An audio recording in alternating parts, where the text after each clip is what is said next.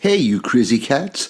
42's live streams and videos are simply not available on vinyl. You will have to go to the YouTubes for that. So if you want content about British traditions and culture, cutting edge social commentary from an unapologetically patriotic perspective, along with a side order of madness you simply will not find anywhere else, then this is the place for you.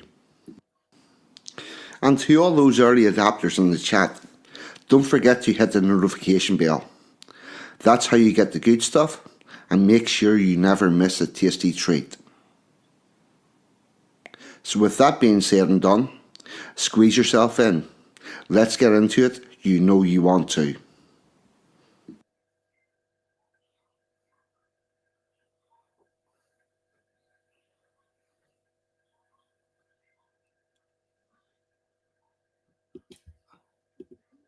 Good afternoon, good morning, good evening. Please delete as applicable because the internet is worldwide. Time zones are still a thing. And by God, I got us all on the screen in a smooth, simple move. This is amazing. Things are going well. It bodes well for tonight, which could be a little bit disorganized. I will start putting your comments up on the screen to recognize that you're here. But as you know, whenever I get guests in, I don't tend to go through the whole chat because I've got other things to do. First up, in the top right hand corner, Dottie, Sheila's dot to dot. First time on the channel. A very warm welcome to you. What about you, chum? Thank you, 42. It's a pleasure to be here. Thank you. Thank you so much for coming along. And down below, Mr. Pakka, the professional co-host. What about you, chum? I'm all right, Dick. How are you? All good. And in the bottom left corner, the musical maestro, Mr. Al Mac. What about you, chum? Yeah, good, mate. Good. I'm on holiday here in a little cottage down in Cornwall. But yeah, it's all good. Love to hear from all you and Dottie as well. Brilliant. Nice one. A very nice cottage it is too, with a hot tub and a barbecue that the rain has been attempting to keep you away from. That's it. Well, maybe you can show them later, that little video I sent you. Yeah. Oh, and tell Ali C if she wants to come and have a natter, please do. She's more than welcome. I did. She's just gone up to watch the TV in the bedroom. You might have just seen her come down the stairs there. Yeah. But yeah, she might. With her? Yeah. We've got both the dogs here, and so they tend to follow her around, especially the puppy. Very good. Right, as you can probably guess, and as normally happens whenever there's a crowd in here, we have been up the mischief. Oh, and here we go, Mr. Sansom Communion. What about you, chum? Hello, mate. Sorry, I was a bit late. It was just coming. No worries. You were busy on another stream. How's everybody doing? All good. Brilliant. All good, my friend. Yeah, all-star lineup. Sansom. Hi, mate. Yep. Hello. Sansom, since you've arrived, well, before we start that, as you can probably guess, whenever there's a mob in here, we've normally been up to a bit of mischief, and indeed we have. This is a bit of musical mischief that we shall be launching very shortly. It has just gone live to the general public, and we will get to giving that its first airing in a moment. However, Mr. Sansom, since you're here, would you like to do a little bit of housekeeping? Yes, mate. I've got a little bit today, believe it or not, which has been unusual for the last few times. But yeah, so tomorrow at 7 o'clock, please join Rags, our good friend, who's got the one and only Big Joe Marsh on as his guest. So that's Rags tomorrow at 7 o'clock. Monday to Friday at 8:30. If you must, you can tune into Dave's Waffle House. It's as mad as a box of monkeys, but it's a laugh. And then a week today at 8 o'clock, I'll be streaming with William. That's everyone knows him. That's Life But Not As We Know It, and Toffee over on William's channel. That's 8 o'clock next weekend. Excellent. Oh, and up in the top right corner, Mr. Pakka won the world famous Friday night duck race this week. Yeah, what did you win, Yes. Mr. Hankey? I've won a mug, everybody. Yep, he won a mug. A lot of people seem to want him to win the liquid ass. That was quite the chant, but no, he got a mug instead of liquid ass. What's liquid ass? Exactly what it says on the tin. And Yeah, it's, do you know, like stink bombs? Oh yeah. Military grade. Right. It is apparently the stanchiest thing that's been known to man, and in fact, it's military grade fart spray. They use it. They use it in the army for training medics because they're probably going to have to deal with people who have got abscesses and stuff that's festered in jungles and stuff, and they want to get those people used to harsh smells, so they incorporate the liquid ass into it, and they are quite sure that it is worse than anything these people will encounter in real life. I thought you might have been talking about the bottle of wine that they left us here as a a present when we arrived. Yeah, I'm definitely which is not this, by the way. I'm on my usual brand of Merlot, but oh man, I am missing out not getting over to that stream regularly. I really am. Yeah, even if you just nip in on a Friday night for the duck race, it's funny as fuck, mate.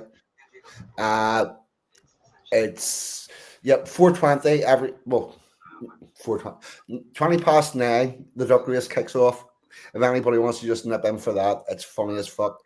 Other two shows I like to give a shout out to. One is Robin, Courage is a Cure, and the other one is Rich, RPW Media, both of whom do very good political and news coverage of events worldwide, and will keep you up to date with everything that's going on in the world of woke. And with that, we'll give this its first airing. What do you reckon? Yeah, right. Here we go. We're about to let this see what we've all been at. Dun, dun, dun. Open. I got this stage. Who are ye in rags and rotten shoes, all dirty and bearded, blocking up the way? We are English. We come from the edge of Europe, beyond which lies only water, ice and death. This is the place we made our home. Raised our cattle, planted the crops, evoked their gods from circles formed of stone, so those gods could witness us atone. And Roman forces did invade. We fought as lions, refused to yield, and those we left out in the field, but the English, they were the seed. Who adversity did propagate, an indomitable people who we would fight, toil and mock in equal measure, and find humour in our adversity, because that is our way. The battle-weary tribes besieged by Vikings, banded as brothers with Angles, Jutes and Saxons. It took some years of consideration to produce our culture of toleration. The creation of the English nation at Stamford Bridge we won the day, but William was quickly on his way. 1066, the commutation brought the cursed Norman invasion. A ruling class they would impose until calls for Magna Carta arose. And to all the kings the message was sent: you only rule us by consent. So what of the English, I hear you ask? You know us as the working class, the ones whose toil, blood and sweat brought you the greatest empire yet. So you should learn at your mother's knee of revolutions that number 3. That number 3. 1, 2, 3. Agricultural, where mechanised planting and harvesting was married to selective breeding, we created a food service, the envy of the world. industrial, where we conjured cities to house factories inhabited by a well-paid workforce to man the machines. This coupled to the ingenuity of English engineers who never found a problem without a solution. The third, the glorious one, that brought about civil and religious liberty, one rule for all, and the radical notion that a man should profit from his labours. But we are not greedy. We exported our language, our law, our sense of fair play. In our safe shipping lanes trade flows through never-ending day. And when Britannia ruled the waves, we used our power to free all slaves. We managed the world and allowed all others to travel in the social order we created with humour in adversity, because that is our way. Achievements we have too many to list. From this small kingdom God has kissed, we travelled the world from the highest mountain to Arctics, Kabatic, tundra and back again. The traces of our kindness are in our railway lines that transport the world to work, our compassion in the water systems that hydrates foreign soil. We left everywhere better than we found it, because that is our way. I could list another thing or two, like how we taught the world to queue, but I'll leave that for another occasion. It's time to have a celebration. Admire the wonders of our creation. To our ancestors, homage we must pay for doing things the English way. For we are the English, and this is our day.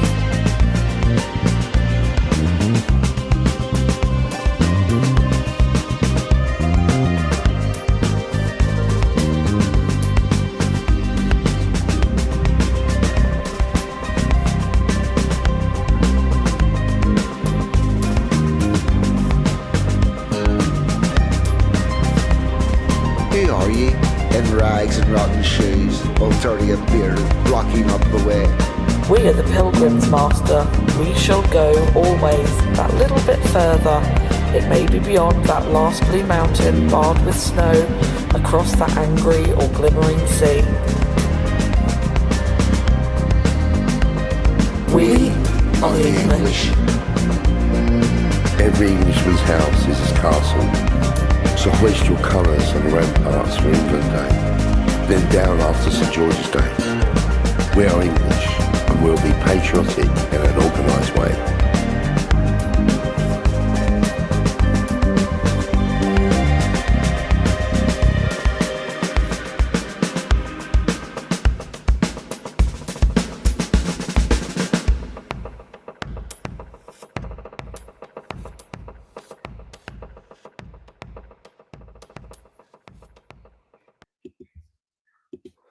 Whoa, ho, ho. Julio. Yeah. Right.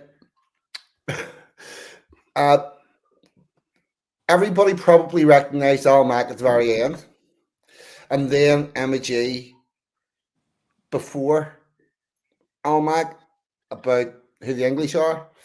The section before that about the celebration and whatnot, that was take it away, Dolly.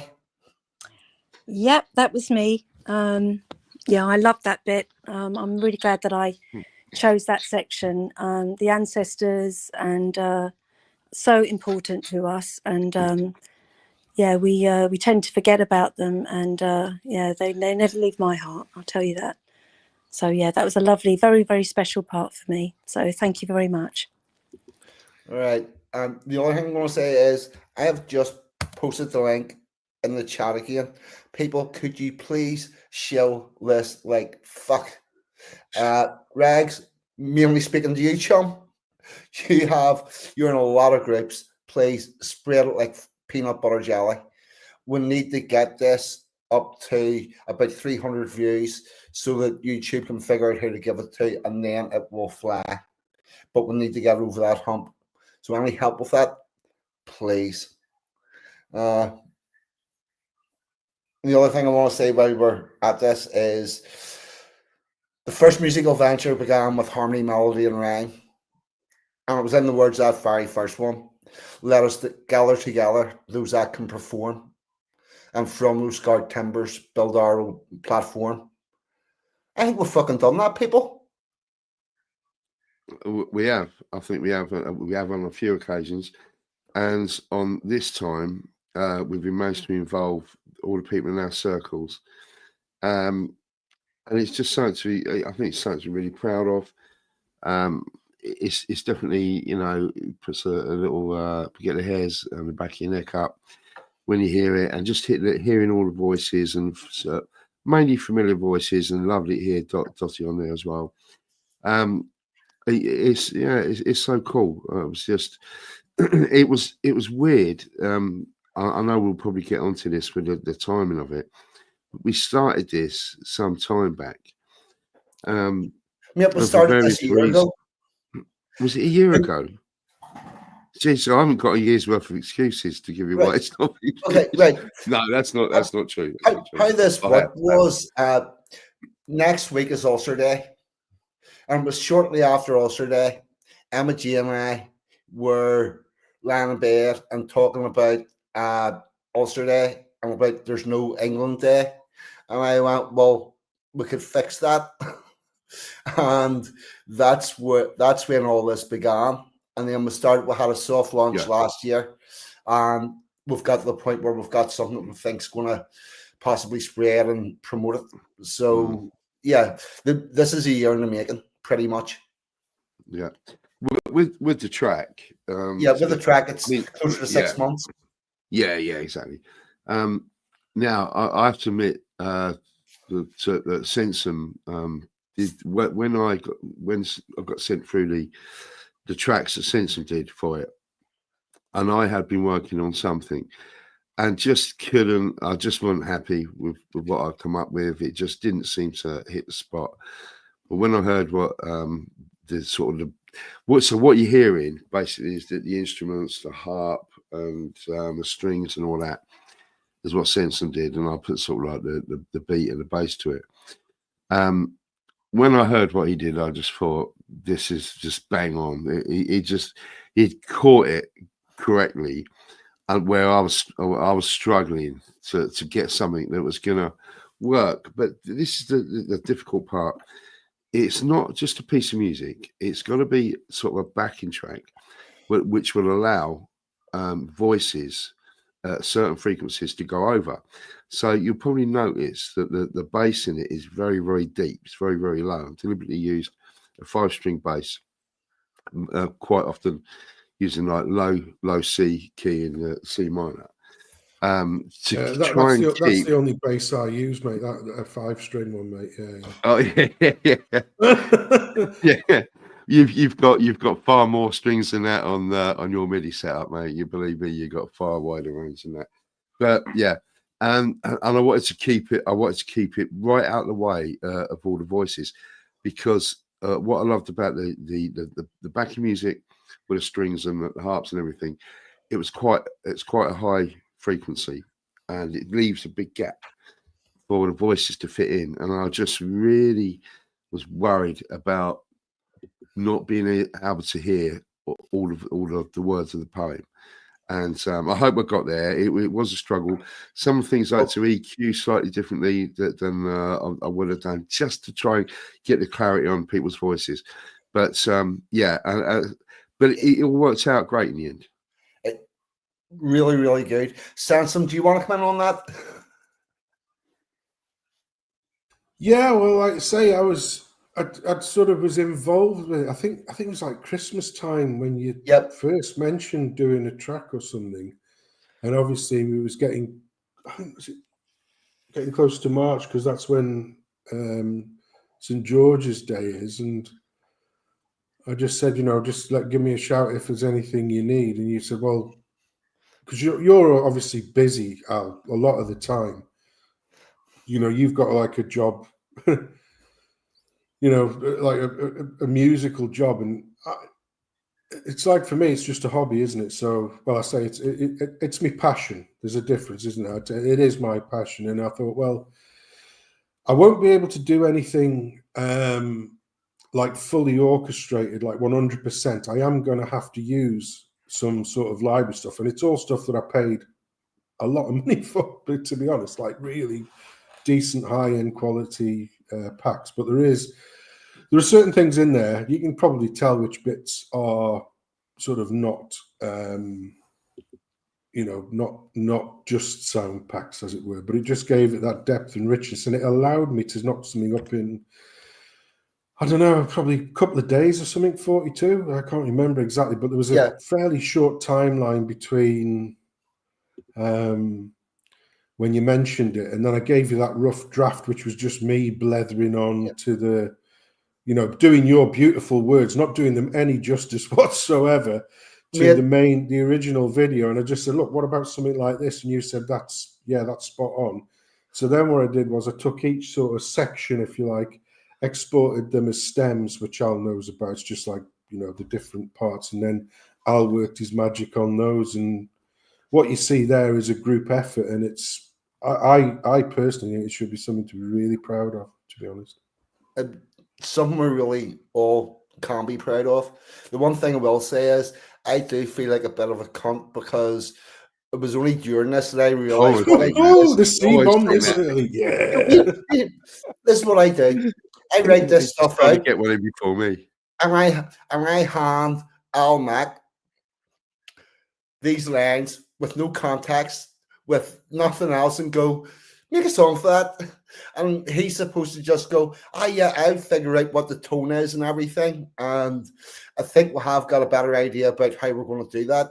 One of the big breakthroughs was Sansom's Read 3 that we could actually work to with music on top of. And yeah, we've learned a bit. Spanish, John Davison would have loved it. He would indeed. Would have been right up his street. So with better ideas about going forward for the next time. Yeah, well, like I say, it's sometimes as well when you're given a brief. I mean, when I saw the words, I was just blown away. I just thought, this is just great. I think you should publish the poem itself, mate, on wherever we can share it, just the words itself. I'll put that on the old poetry. Yeah, because it's sorry, I'll go on. No, mate, you carry on. No, I was saying, and the Substack as well. I know you've got a Substack going, so that definitely go on there. There'll be an England Day Substack post about the song. I'm going to get that written tomorrow. I read it. I read it initially, and when I read it, I thought, who wrote? I was thinking like, oh, who's this? Is this like bloody Milton or I was thinking this is brilliant, and I tried to search for the and I was like, and I thought, and then I think I sent you a telegram saying, did you do this? And you go, yeah. I went, Jesus, that's pretty impressive. But when I read it like 2 or 3 times, and just by reading it through in my mind, and that video that was also very helpful. 42, you put together the sort of the initial template rough draft video, and that to me, I just thought, a little bit Celtic, a little bit sort of oldie, pre-Norman invasion shit. Let's get that badger in there. And I chucked it back with a bit of music on, and 42 says, yeah, that sounds great. Did he give you that one, Al? Did he give you a little taster of that one? And did you say that's a pile of shite, or did you? No, not at all. Not at all. No, I did. No, I did get that. And I thought that it was going to be quite, because the trouble with me is when I sort of write. You've got to make room for the vocal, haven't you? And there was a lot. But I just came out with this is how that video there. I see this video like this, and then you did the engineering on it, and then it works. Yeah. Yeah, I mean the poem is absolutely brilliant. I mean, just the way that it starts asking the question, who are the English? Oh, and it really led itself to have to in the end Do you know doing what this the question and answer thing do that you know what the we ended up doing. cultural reference is in that poem? Who are ye in rags and dirty shoes, all rotten and bearded, blocking up the way? Go on. That's the regimental poem of the Special Air Service. Ah, right. That's where that comes from. It does. To be fair, the fact that I passed that painted on the wall every day going to work is Right. So probably it gave what. you, it But gave you an intro to it. yeah, it would give me an inspiration. What I done this was I thought what I need to do is try to unravel English history and put it into an oral history that's understandable, that will give people time points that they can then look into and find out the details of everything as they go along. Obviously, there's a lot of stuff that's left out because you have a hell of a lot of history. And that's the Of course. thing that, and then the idea was how do you turn this into a story? And also put another cultural reference into it. Man, I'm going to start and finish it with that and explain that we're just simply better than everybody else. Well, it does, and it is it's a history lesson. It's a piece of art. It's a piece of work. It's just everything. It's many things in one, and it's just brilliantly done. But yeah, it was interesting moving because I think when you sent the original stems down, Sensible, I think they're around about 65 BPM, if that's right. If you notice that I've doubled Yeah, it the was speed, the 65. back, Yeah, that's that's right. fine. Yeah, Yeah. because I'd already started the project at about 110. And so I said to everybody, I said to 42, if anyone's going to do a reading, if they can set a metronome for about 110 BPM, not to, recite it perfectly in time like your Eminem doing a rap song or something like that. That was not the idea, but just to give an idea of the rhythm, whether it was slower, it's not like half speed of 110 or double speed of 110, it wouldn't have mattered. And that would have just meant that it might be slightly less editing for me.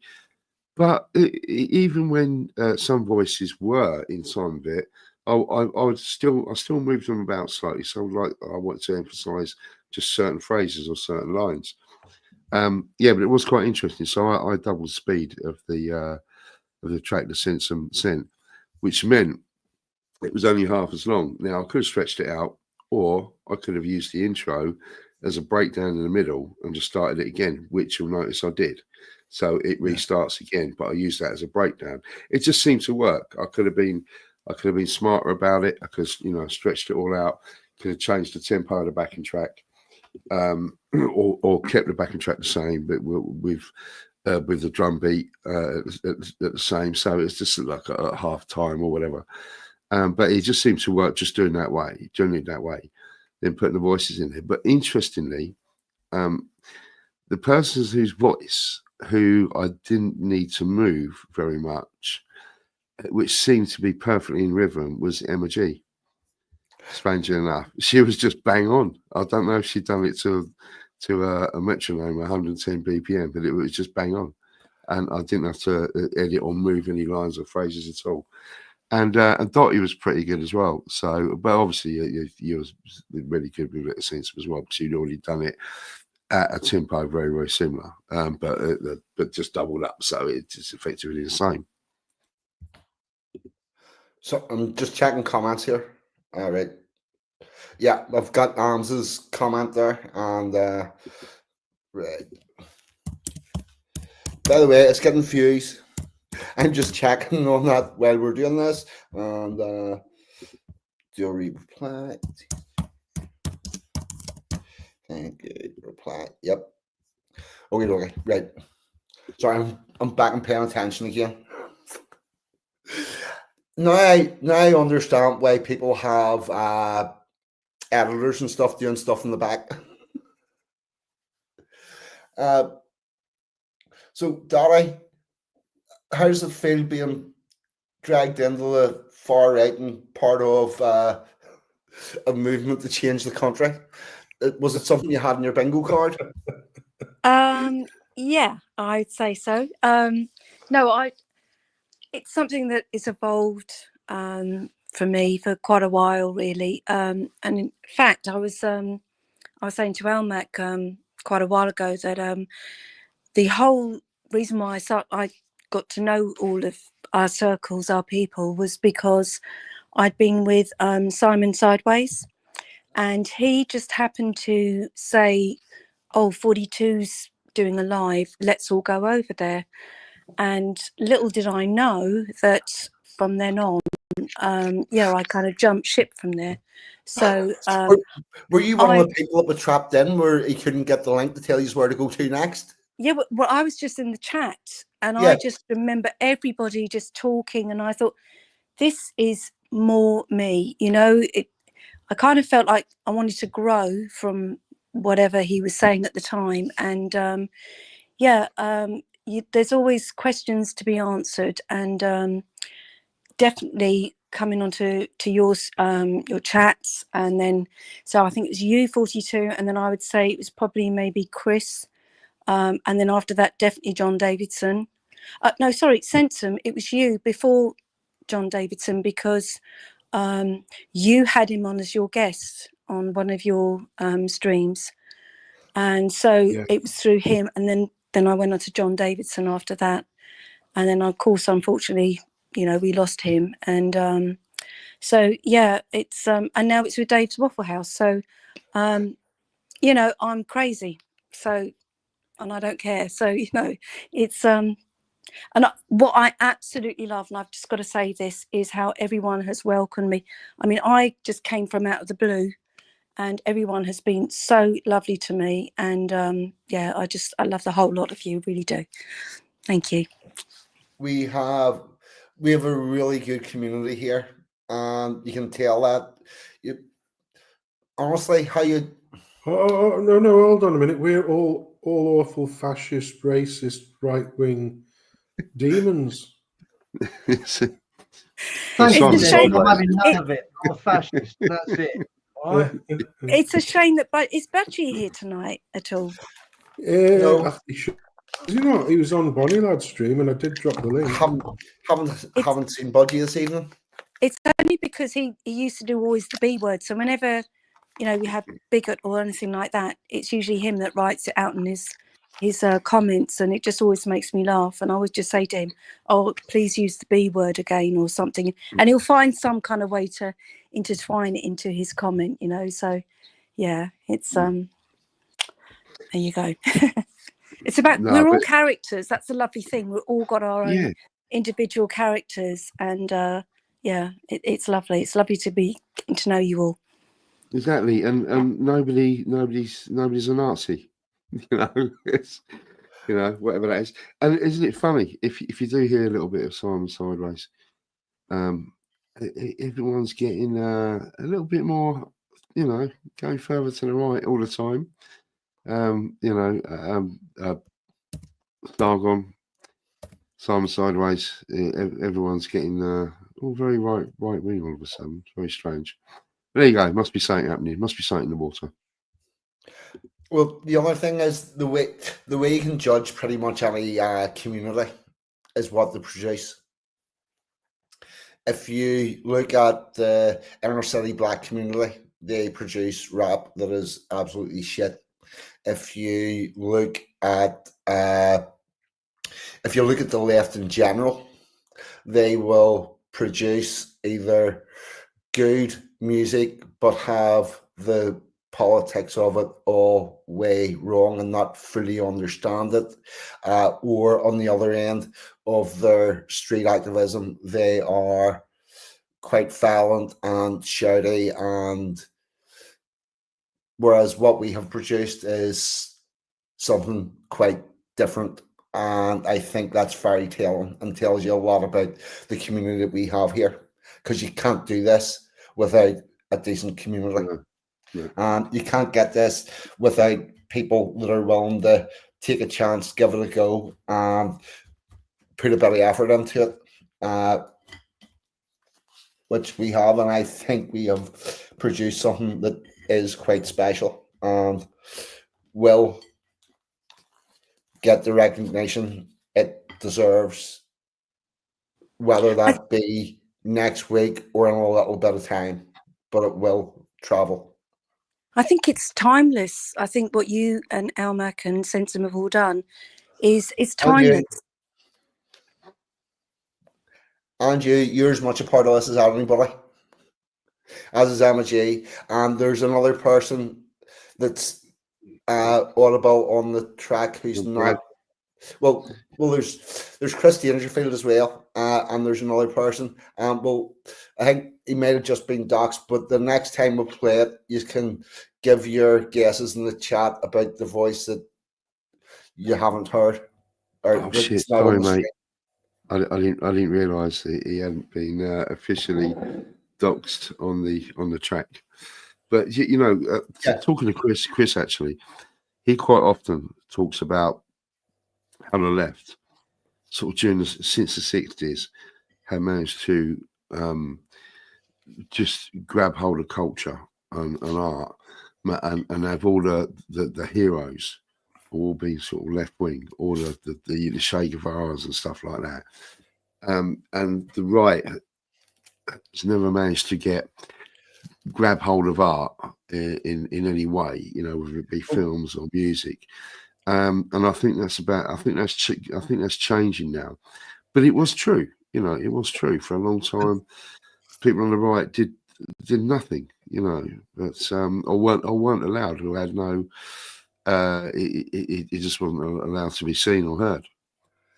Yep. Well, interestingly, the reason that is changing is because of the internet and things developing with technology and the likes of what you can do with your studio and whatnot. Because previously, this was all gate kept, and if you were a band, you couldn't move forward unless people booked you for increasingly larger gigs. And if you don't have the left-wing politics that they want, that simply does not happen.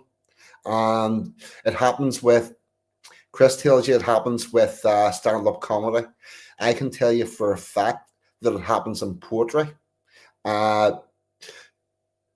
You start off as a poet in the same way that you do as a stand-up comic, and that you go along to open mic nights and you put your name in, you get your 3 minutes, and you're hoping to get out of that room into a room as part of one of the warm-up acts for somebody else. And if you've got our politics, that does not happen. I was doing my stand-up and I was doing my open mic stuff in a room with 50 very, very left liberal people and me, and that was quite funny as fuck. Because the good thing about poetry is nobody heckles. They've got to give you your 3 minutes or 5 minutes and sit there and listen and applaud politely at the end, whether they like it or not.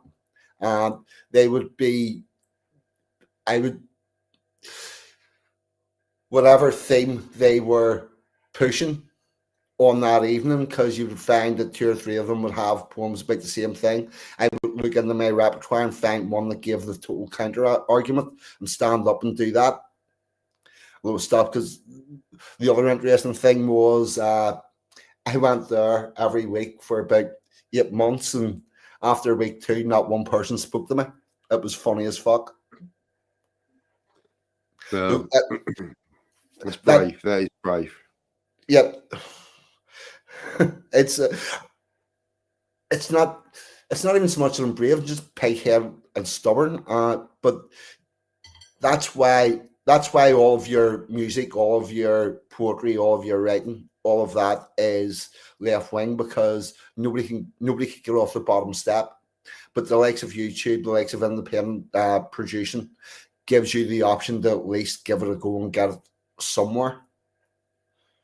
Yeah, you're absolutely right, and we spoke about that in depth, didn't we, on some of the streams that with me and you. How anyone on the right is not going to get a chance, won't get a chance in a record company, won't get a chance in the studio. Talks about Jodie Kay and how I got involved with her because no one would do the mastering for her, or she was afraid of that. But that's that has all changed now, and not just that. I think the wind's blowing slightly different direction now as well. Oh, there's definitely a change in the wind. There's definitely a change in the wind.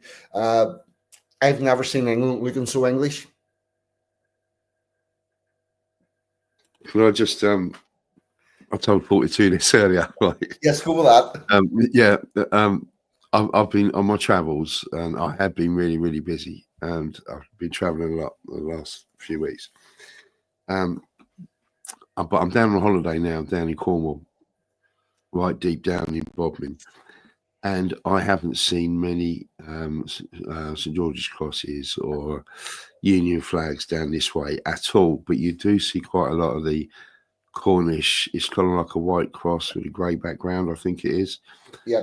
Seen a few of those, but I've seen one St George's flag in Bodmin, and it was directly opposite an Indian restaurant across the road.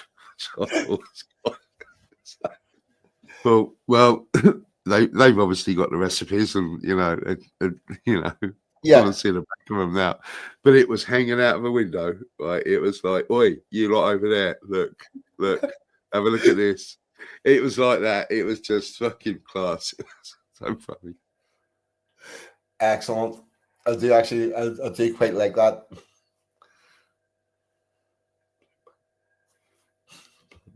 Black background, white cross. Oh fuck! Right, well, we'll give this another play. Yeah, go for it. See if we can pick out everyone's voices. Yes, and Pakka. It's interesting to hear Pakka in there as well. Said because we sent Mr. Pakka is in there. You can just tell it a mile off, can't you? You just know it's Pakka. It's brilliant. Yes. No, I played it to my son, and he didn't know it was me. I played it to him, played it all the way through, and then I said to him, "I'm on that," and he went, "Are you?"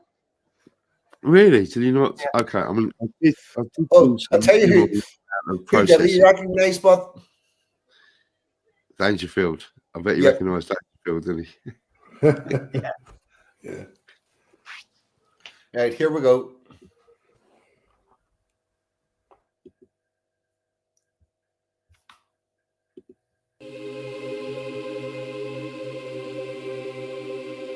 Who are ye, in rags and rotten shoes, all dirty and bearded, blocking up the way?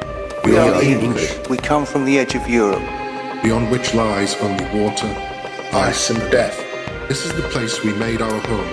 Raised our cattle, planted the crops, evoked their gods from circles formed of stone, so those gods could witness us atone. When Roman forces did invade, we fought as lions, refused to yield, and those we left out in the field, of the English, they were the seed. Who adversity did propagate, an indomitable people who we would fight, toil and mock in equal measure, and find humour in our adversity, because that is our way. The battle-weary tribes besieged by Vikings, banded as brothers with Angles, Jutes and Saxons, took some years of consideration to produce our culture of toleration. The creation of the English nation at Stamford Bridge we won the day, but William was quickly on his way. 1066, the commutation brought the cursed Norman invasion. A ruling class they would impose until calls for Magna Carta arose. And to all the kings the message was sent: you only rule us by consent. So what of the English, I hear you ask? You know us as the working class, the ones whose toil, blood and sweat brought you the greatest empire yet. So you should learn at your mother's knee of revolutions that number 3. That number 3. 1, 2, 3. Agricultural, where mechanised planting and harvesting was married to selective breeding, we created a food surplus, the envy of the world. Industrial, where we conjured cities to house factories inhabited by a well-earned workforce to man the machines. This coupled to the ingenuity of English engineers who never found a problem, without a solution. The third, the glorious one, that brought about civil and religious liberty, one rule for all, and the radical notion that a man should profit from his labours. But we are not greedy. We exploited our language, our law, our sense of fair play. In our safe shipping lanes trade flows through never-ending day. And when Britannia ruled the waves, We used our power to free all slaves. We managed the world and allowed all others to travel in the social order we created with humour in adversity, because that is our way. Achievements we have too many to list. From this small kingdom God has kissed, we travelled the world from the highest mountain to Arctics, Kabatic, tundra and back again. The traces of our kindness are in our railway lines that transport the world to work, our compassion in the water systems that hydrates foreign soil. We left everywhere better than we found it, because that is our way. I could list another thing or two, like how we taught the world to queue, but I'll leave that for another occasion. It's time to have a celebration, admire the wonders of our creation. To our ancestors, homage we must pay for doing things the English way. For we are the English, and this is our day.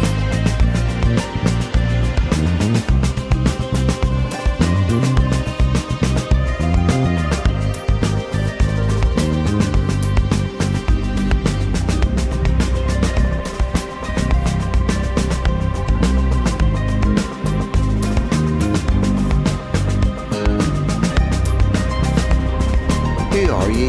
In rags and rotten shoes, all dirty and bearded, blocking up the way. We are the pilgrims, master. We shall go always that little bit further. It may be beyond that last blue mountain barred with snow, across that angry or glimmering sea. We are the English. Every Englishman's house is his castle. So hoist your colours on the ramparts for England Day. Then down after St George's Day. We are English, and we'll be patriotic in an organised way.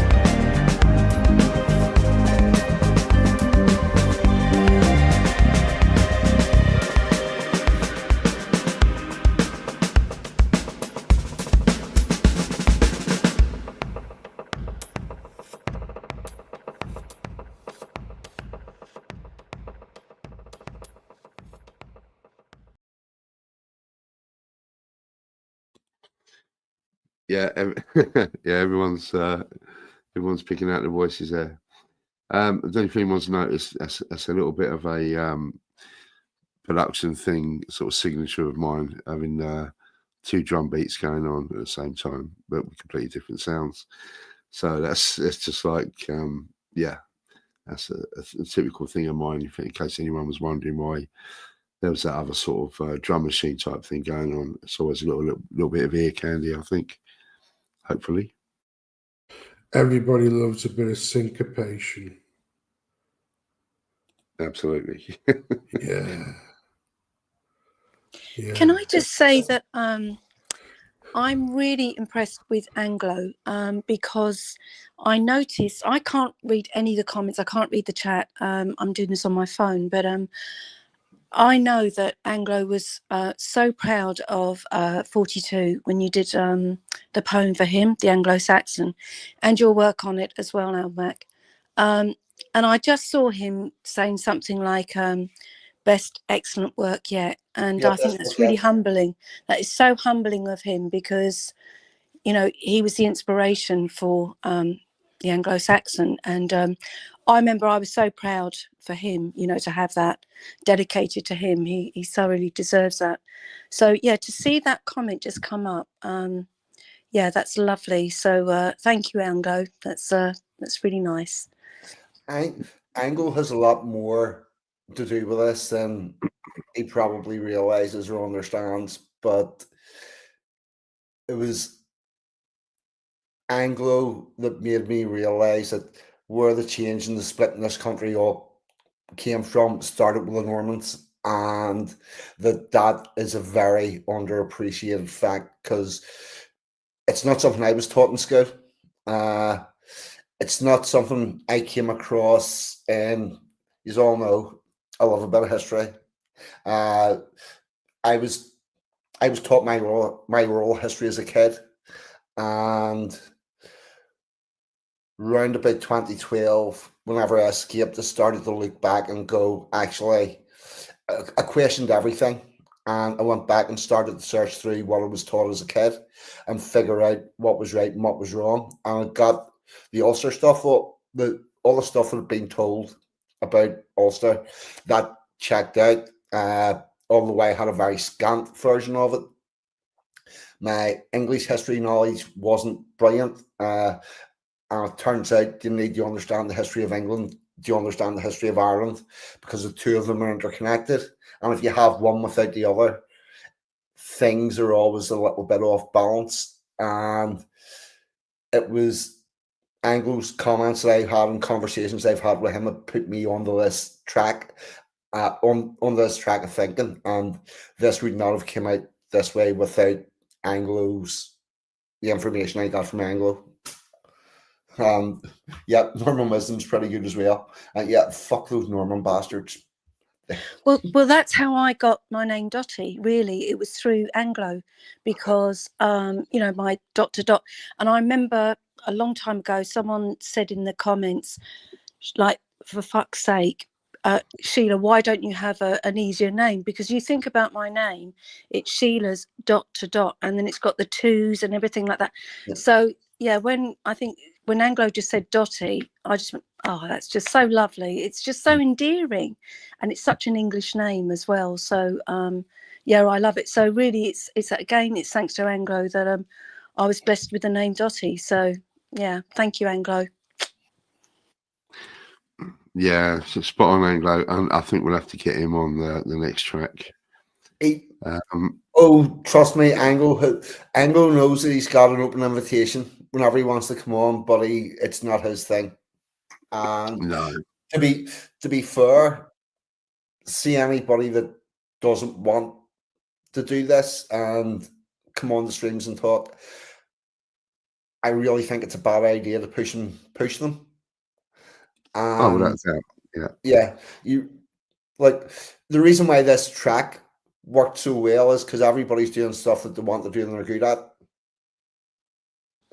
Well, I had Almac to thank for that, because he got in touch with me and excuse me, he said read through the poem, the written word, and just anything that kind of grabs you, that you feel passionate about or anything, then it's yours, basically. So yeah, the bit with the ancestors for me, that's what I like about Bonnie Lad, because in his streams he always brings up the pictures of our ancestors, and I tell you what, I just absolutely get so emotional when I see them, and so that was the bit that grabbed me, and I think it has to be something that means something to you, so so Almac, again, he sort of helped me pick out that part.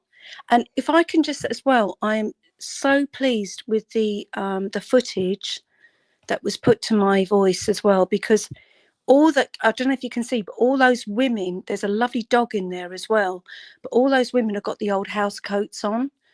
And if you look at my avatar, it's Peggy Mount and a couple of the others, and got fags hanging out their mouth, and they're scrubbing the floors.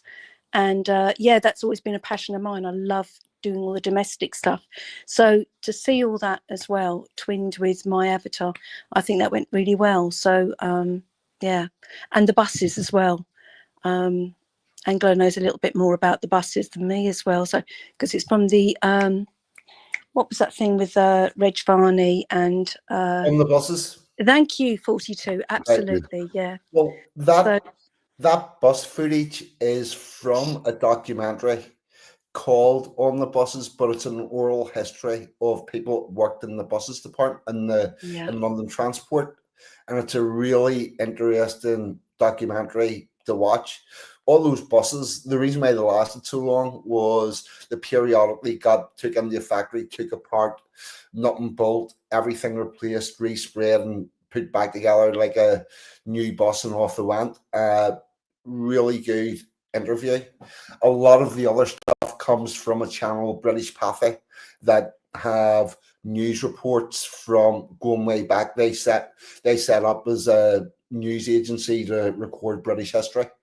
I went quite heavily on that, and obviously the opening scenes are Dunkirk, and because I wanted to show when we were in the shit, but I also wanted to end it with a celebration, and I think we got to that.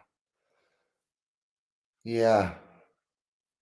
Oh, and what I do have to say is it was indeed Don Browning's idea to do one with lots of voices, and yes, thank you for that idea, Yeah, Dawn. thank you, Dawn. That's Yep. lovely.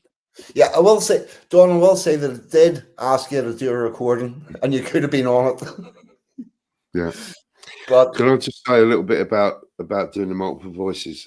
yeah, please do. You sent me down the lyrics with some ideas about how to have multiple voices, and I read it. I thought, yeah, this is brilliant, and we're talking backwards and forwards, saying, yeah, this is a great idea. So thanks for that, Dawn. Unfortunately, it was, if we had everyone in the same studio and been able to do it that way, we could have got it closer. So, as I'm not too bad at editing, but to get it, because there's a section there with Senseman and Brown, isn't there? No, or was it Pakka? I can't remember now.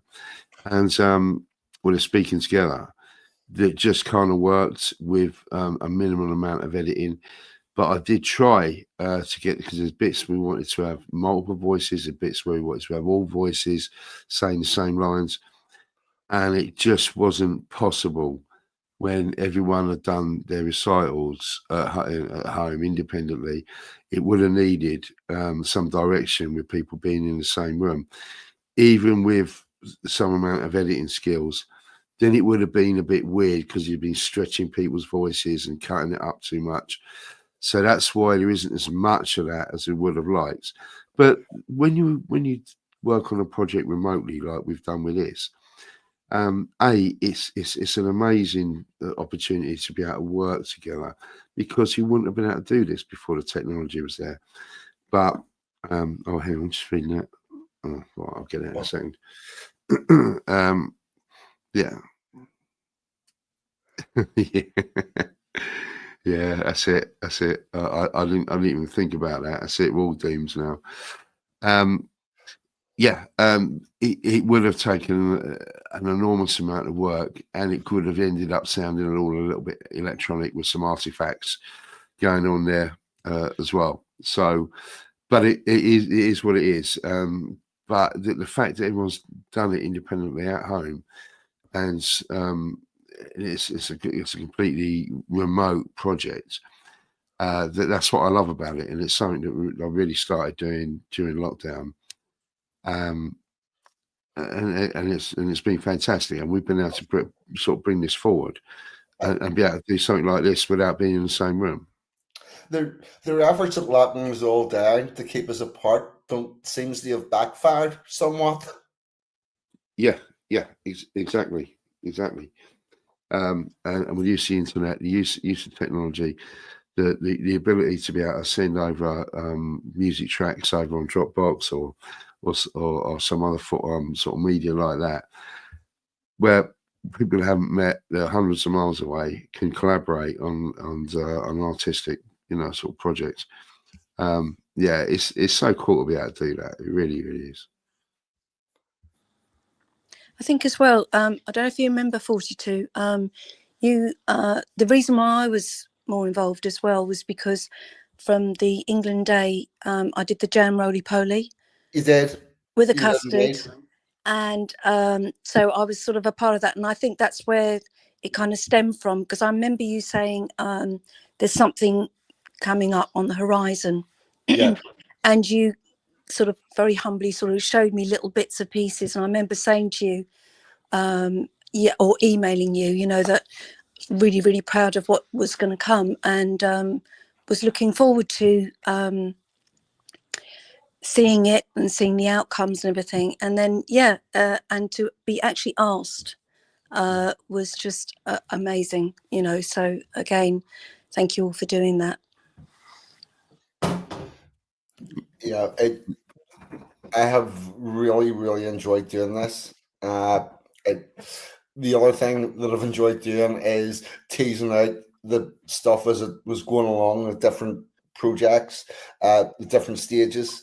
I'm actually going to keep all of those recordings because I generally dump them at the end, all the interim stages. But I'm going to preserve that because I think it's worthwhile to have, that we can see the project evolving. And also Spaz Chicken, yeah, totally agree, mate. It would be amazing, and I think it will happen at some point. It will happen. We will. The question would be when and where, but something will come up. Possibly Cambodia for Chris's wedding. Is he getting married? Is he? Is Chris getting married? No. Oh, sorry. Yeah. I think we should go around Dave Waffles' house and meet up there. He'd like that. Are we all on the wall now? Are we all on the wall? All of us on the panel? Yes. Sensum, are you on the wall? What wall's that? Sorry. Have you not bought Chris a brick? No, not yet. No, I took him a pint chill ever. For a mere 20 units of whatever currency you trade in, right? Yeah. 20 quid he'd like. Yeah. But that will buy you a brick inscribed with your name on his wall on his house. Oh yeah, I didn't know about that. Yeah, so the thing is, it's basically going to be a load of weird names written in English in the middle of the Cambodian jungle.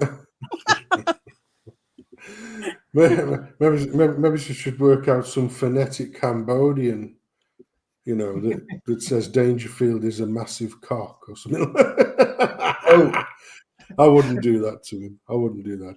Hey, the thing is, though, the way that I'm working now, me and Chris's streams are like ships that pass in the night, unfortunately. But when I do catch one, I chuck him one on that. What is he on? The coffee, buy me a coffee or something. I chuck him it on there because he doesn't get the YouTube tax then.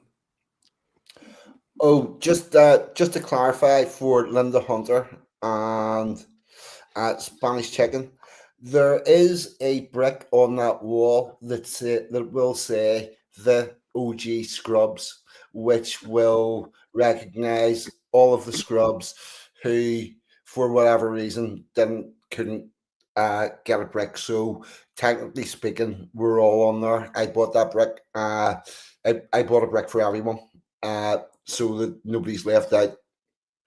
The other thing was, I can't remember who it was, but someone else bunged him about 8 bricks worth. Yes. He said it was for bricks. So again. Yeah. So was that Mr. Gold? I think yes. it was Gold, wasn't it? So Sarah's getting one of them, and then whoever else That's doesn't right. get a break for whatever reason. I might pay him and start off. Yeah, I want you to put this one in as we don't need, and then I'll send him another one. This one I want no education, and then on the I know where this is going. yeah, but it'd be good though, wouldn't it? All in all, there's just another. There's a Rangers supporters club. There's a Rangers supporter club around the corner from me, and whenever I'm walking up the shop, I go past it, and there's a lot of their bricks have got names on them, but they're like little brass plaques that they're all bolted on, and every time I'm walking past, I'm thinking we're going to have that in Cambodia. Yeah, I haven't done With all mine the yet. OG script, OG scrubs. Yeah, it's got to be done. It's got to be done. I think, was it going to be roof tiles in the end or something like that? Actually, it'd be easier to engrave them. I'm not with sure a- because he with a was going Dremel. to build his own house, wasn't he? Do Yeah, it himself, but then he's looked into it, and it's much easier to get people in to do it, and they will it'll be kind of a rendered finish, I think. So I don't think I'm I've not sure done how yet. he's going to manage it, but you'll have to just chip into the render with something. We'll buy him a Dremel.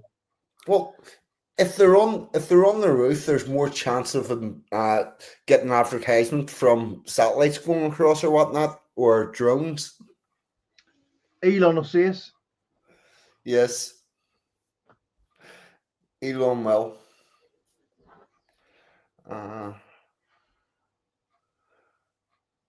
What else do we need to talk about with regards to this? It Is there? seemed like I had loads of stuff on the build up to it.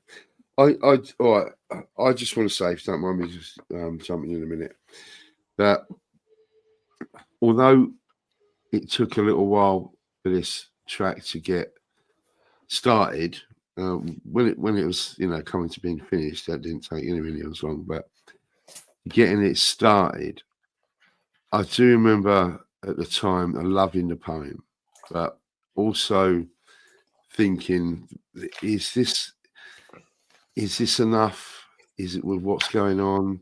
And you've got to bear in mind this is before like the sort of the raise the flags and some of the way that the wind is blowing that we spoke about earlier.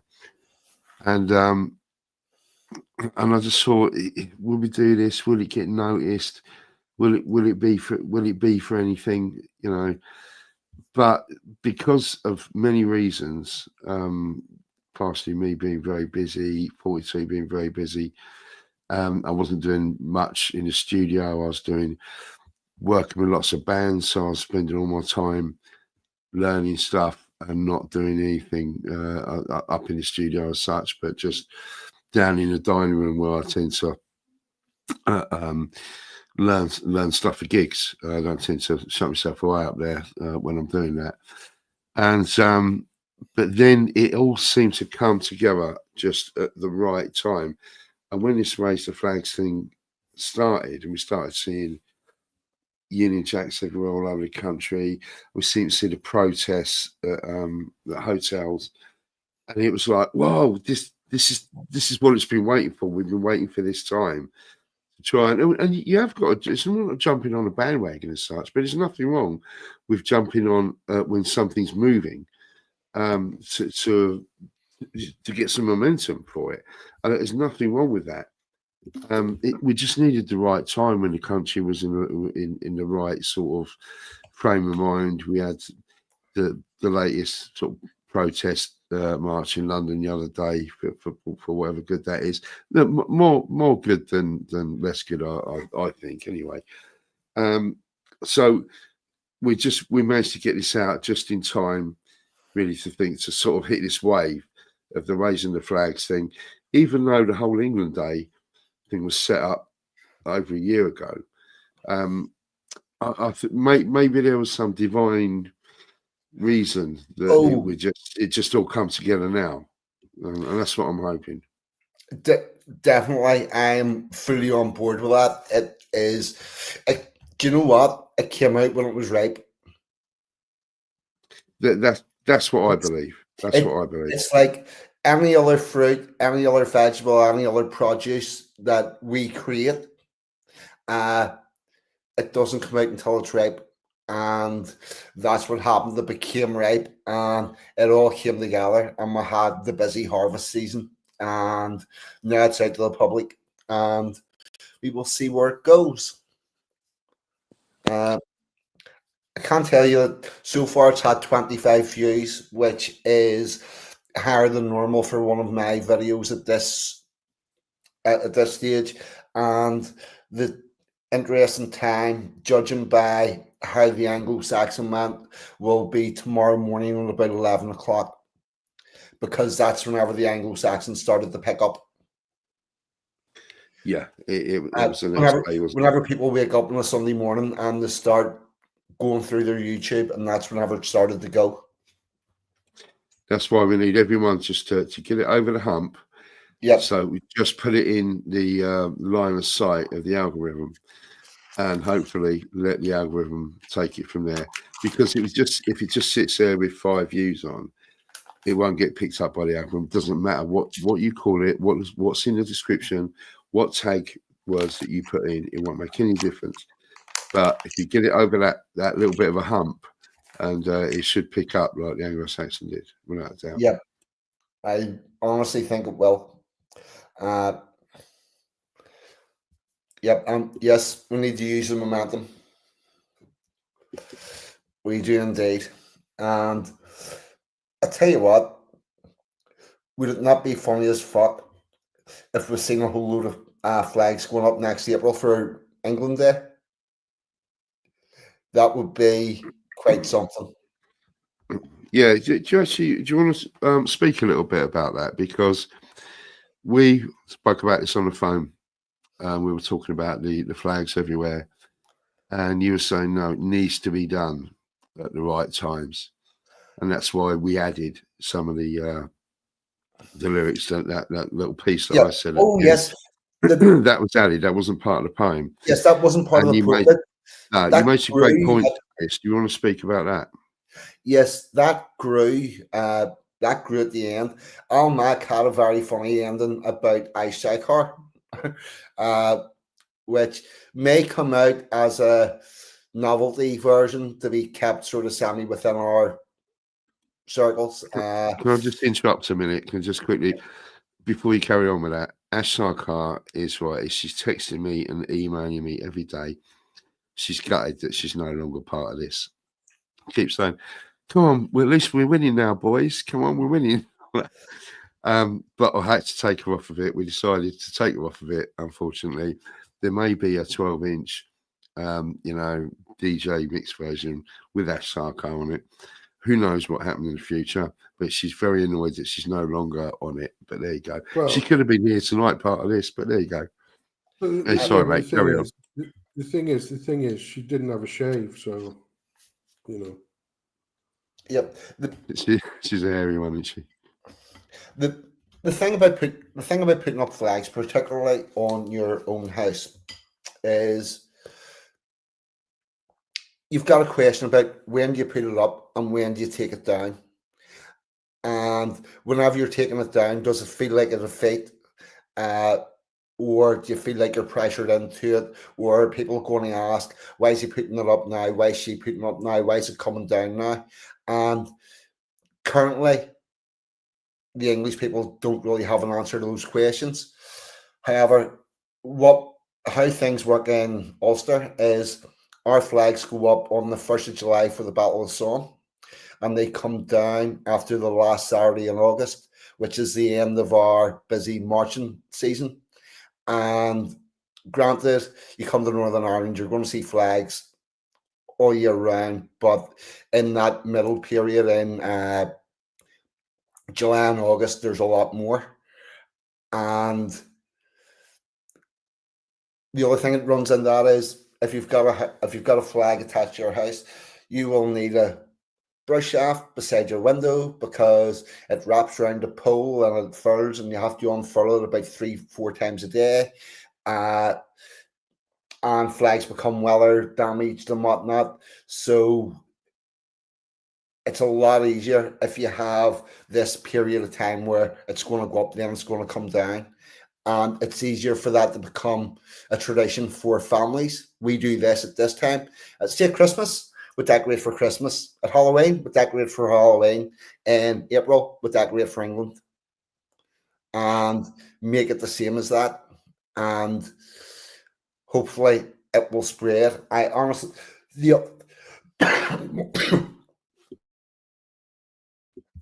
whenever we originally done the England Day documents, we said about decorating your house for England Day.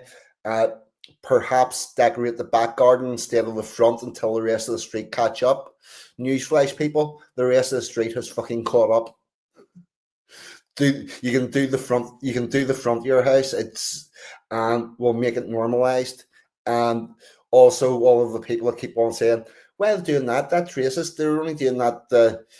You've now got an answer. Actually, no, I do it for this period to celebrate my country, my culture, my history, my way of life. 42. I have or we have the English flag completely hammered onto our house. It's a very windy night here tonight where I am, and I don't know. Sometime I don't know if you can hear, but there's a thumping sound, and we've got it on some wooden panels, and of course it's thumping onto our house. Yes. But we've got that all the time. We put it up actually on St George's Day. We did have the Union Jack there first of all, but I was determined to have our English flag up there. So on St George's Day, we just put that up there, and it's just stayed up there ever since. And we get looks from people, but we also get some nice looks too. I just want to remind people that the streets they're walking in, who it belongs to, and it does belong to us. And I'm determined that people will see that and just be reminded. So yeah, it's staying with us. That's for sure. Can I just say, I've seen Dottie's flags. Right, she sent me pictures of all the stuff, and it's fucking awesome. Honestly, it's really, really cool. Oh, thank you, Alec. It's really cool. I noticed and in the chat. I Love Jesus one as well. That went up recently as well. So yeah, exactly. It's thanks, brilliant. Alec. So I sent some. I was just going to say, Linda in the chat there said she loved the line about queuing, how we taught the world to. Would you like to see a great example of some queuing that was filmed today? I think yes, in Ilford in Essex. Is it Essex, Ilford? Yeah, I think it is. So let's have a look. I'm from Ilford, and so am I about to be made very proud? Because I'm actually from Ilford. Yeah, I'm sure you are. As a proud Ilford boy, you're associated. Look at this. Look at this orderly line. Look at this orderly line.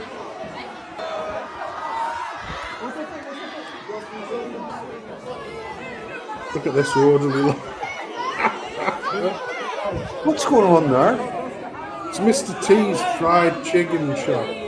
Let's go back to the beginning. Let's play that again. Look, that's a fried chicken shop. Yeah, exactly. That's why it's if I suppose if you look hard enough, you probably see a spot on a domino. But that's the police. Look at how we know how to queue, innit? It's like, do you remember the one thing that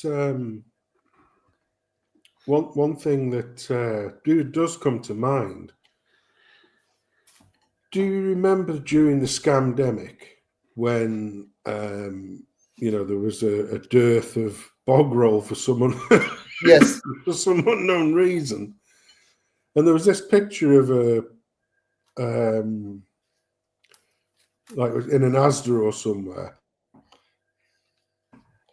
and the people were coming out of the storeroom door, and they couldn't even get the trolley through the door before the locusts descended and just like chaffed out on shit. And like I say, that was like, you're looking for a spot on a domino. Do you know?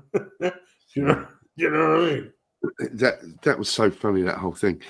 Do you remember how that started? Why the whole toilet roll thing started? And this is the madness of social media and the internet.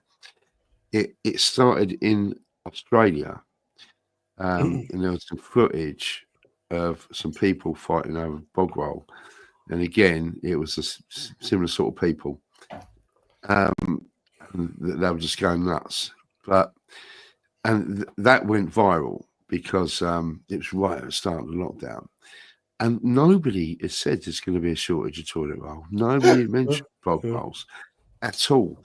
But it was because people seen other people fighting over some bog roll in Australia. I think it was a Chinese woman and a black woman or something like that. And so, yeah. So that went round the fucking world so fast, and everyone thought there was going to be a fucking bog roll shortage, and there was never going to be a bog roll shortage. Yeah, that was yeah. That was the funny line, wasn't it? If you've got something you can't shift, just tell them there's going to be a shortage of it during lockdown. You get rid of it like now flat, you know.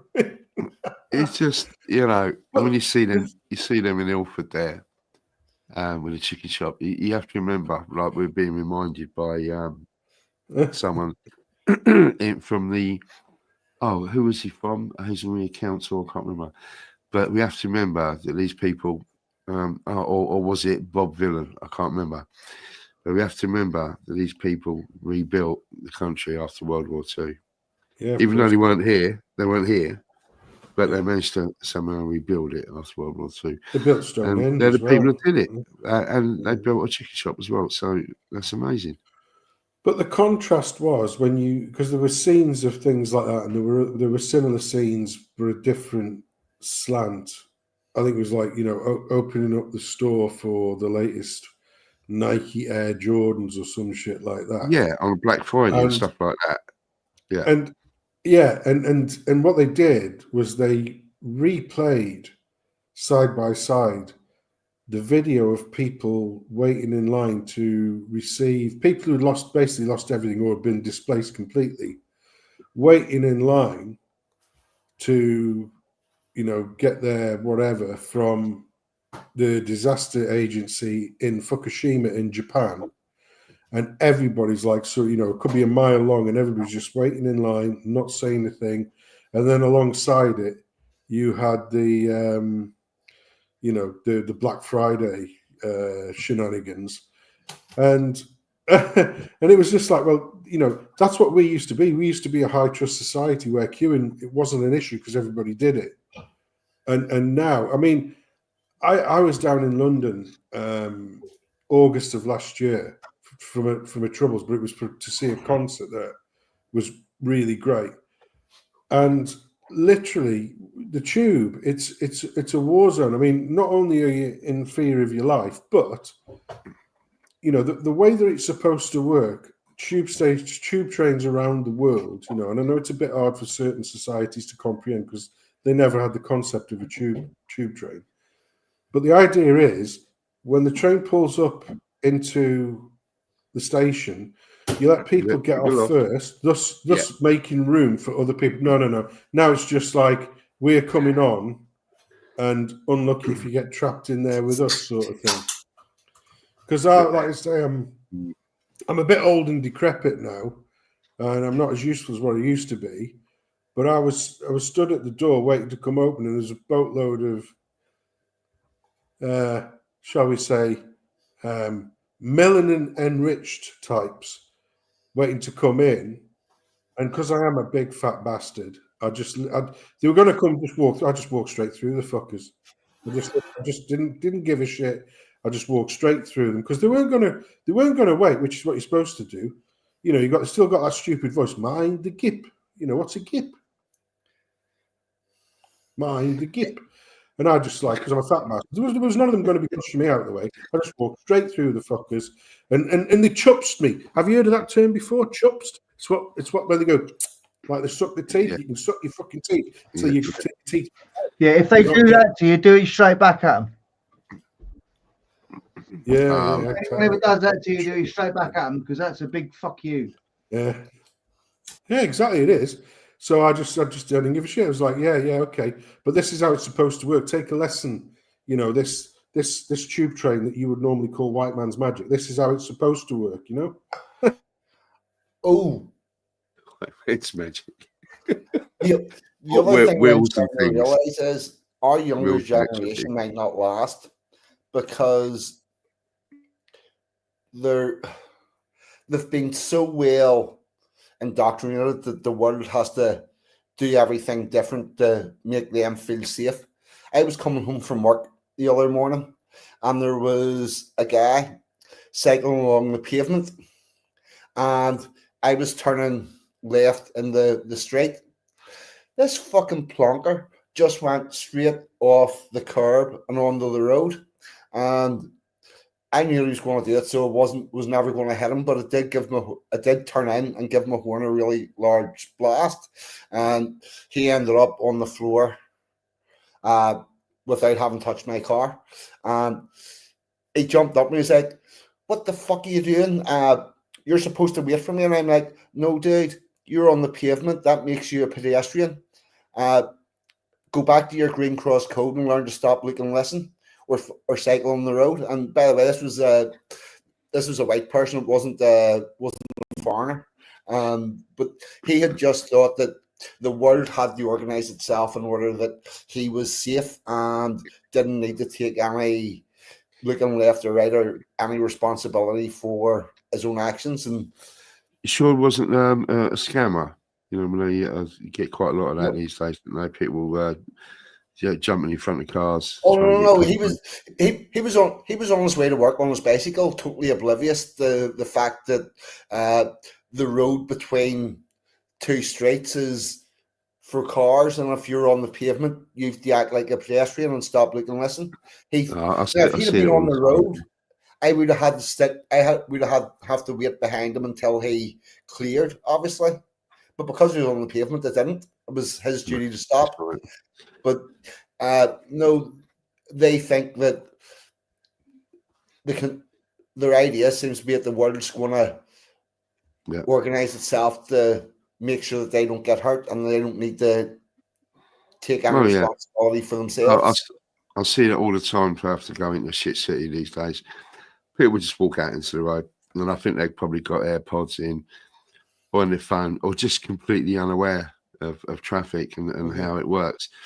People have become dumber in lots of ways, and these are usually sort of millennials or younger really that tend to do this.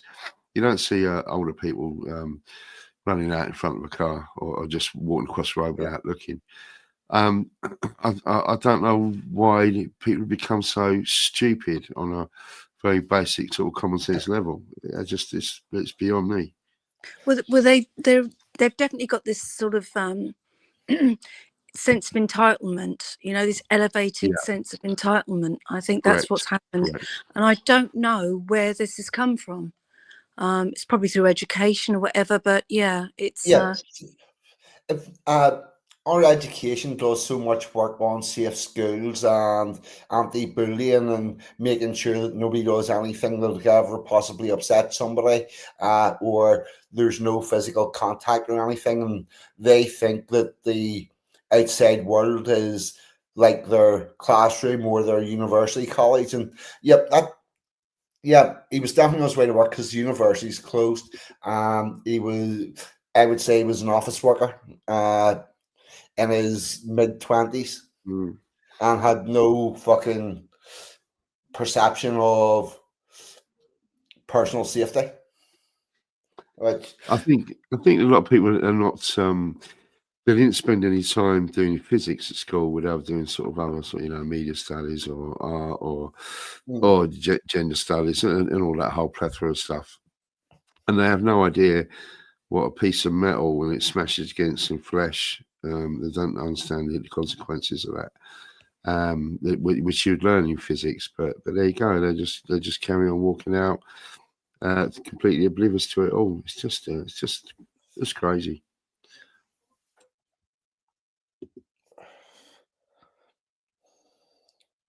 Yeah, definitely your sense of it entitlement came from education as well as the lack of discipline. Do you know what? Whenever they took away blackboards and put in whiteboards, they removed the ability of teachers to throw dusters at people's heads, and that shows. If you were in the school that I went to, if you weren't paying attention, you had a good possibility of getting hit by a duster.